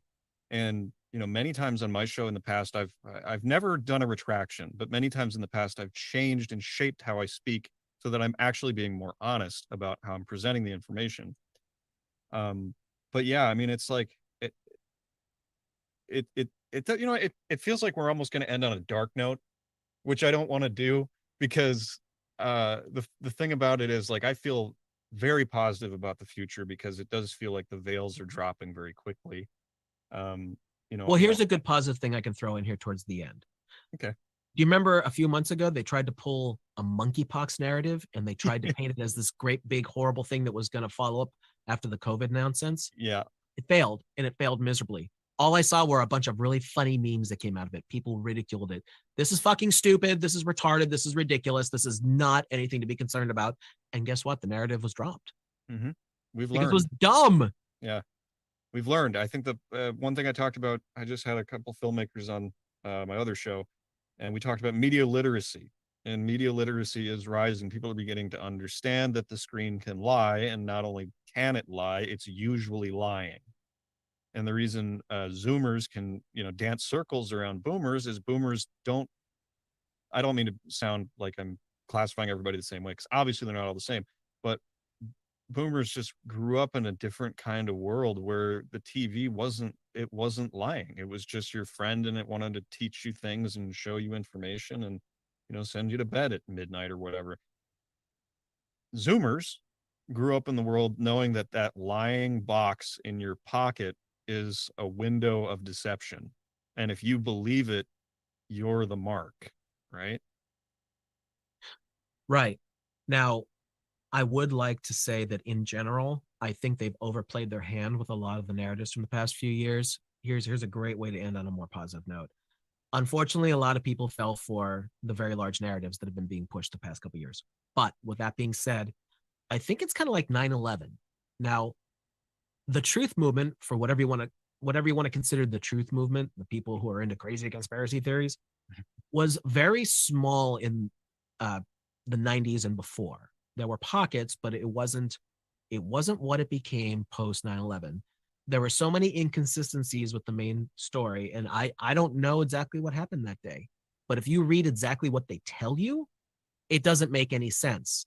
Like too many people in the mainstream. I've even asked my own mother this. It's like, how many buildings collapsed on September 11th, 2001? They're going to say 2. But it's not true. 3 collapsed. 2 that got hit by planes and 1 that did not. And then they tell this poppycock story if someone tries to get to the next level of questioning. Well, that's because it was on fire. It's like no massive superstructure has ever collapsed just from fire. Right. Like in perfect free fall where it looked like a perfect demolition. But again, now I'm getting into speculation. I can't prove that building was detonated, but sure as shit looks like it when the middle pops and goes down and then the sides collapse. That looks exactly like a typical demolition. Right. And I think you're right to point out that this group of people who are interested in finding, maybe more true things than they knew before, I think it ballooned with COVID. And I know for me, like, it was the psyops leading up to COVID that broke me free and allowed me to see straight through that one. But I mean, speaking very frankly, I think they used to be able to just pick guys like us off. And they used to be more bold about it. But I think, these days there's just far too many people. It's not illegal to listen to podcasts, right? It's not illegal to read government documents, right? And there's nothing scary about it. You have to do it with a big smile on your face. So, yeah, I don't know. I feel like that's a pretty positive note. What do you think, Jason? Yeah, no, I totally agree. And to end cap this all off, on Crow 777 Radio, the reason why we can write shows the way we write them is because the information's out there. I'm not sitting down to write 30 plus bullet points of notes to use on a 2-hour program because I'm writing fiction, that I'm literally fabricating these things out of thin air. Right. I'm looking at sources all over the place, try to cross-reference as much as I can, and then writing. A lot of times I try and do it based on a timeline to make it easier for people to understand that there's an order of events. But if that stuff didn't exist, I couldn't do that, or else I would have to be spinning yarns, which I'm not. Yeah, you guys wouldn't have a show if you weren't pulling from real things. And it was me investigating some of the amazing things I heard on that show to find out they were true.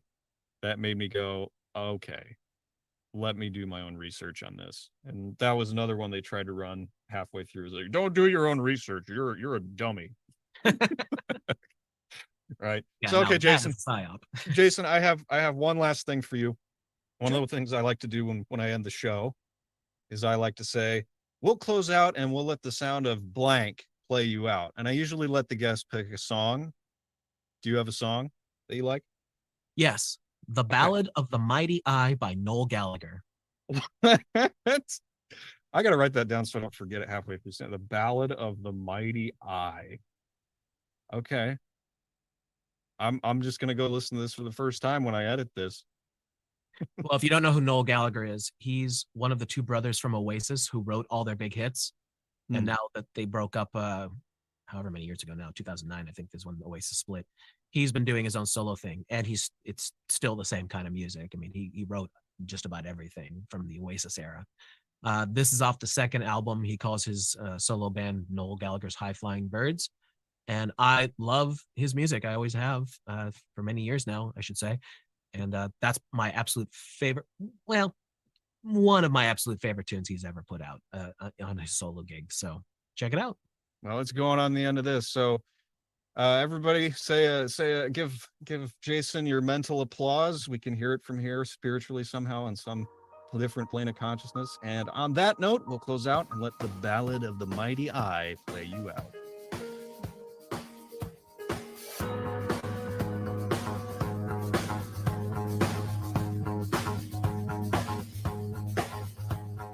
Followed you down to the end of the world. Wait outside your window.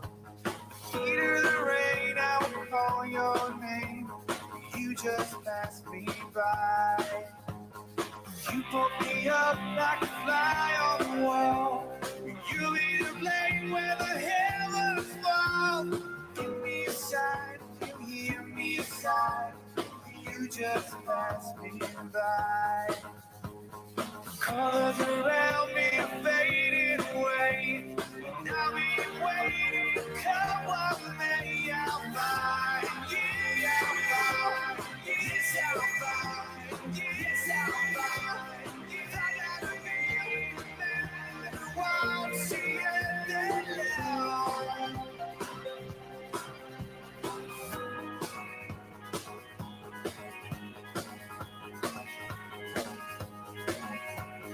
Follow the stars and I sail to the sun. Held it in my fingers. Alone on the beach of my own out of reach. You just passed me by. Give you the world if you take my hand, but you left me alone in the sinking sand.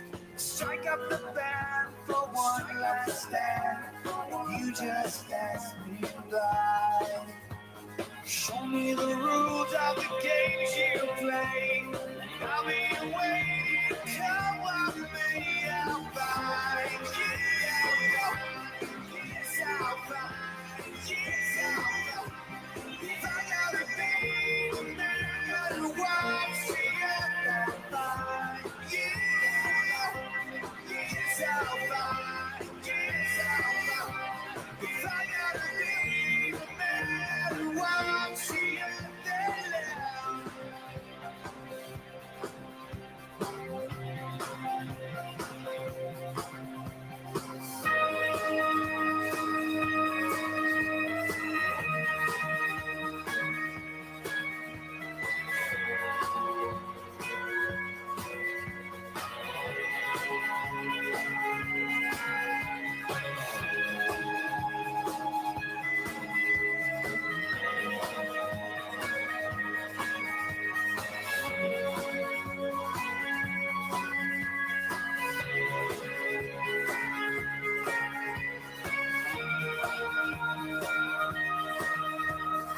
Followed you now to the end of the world.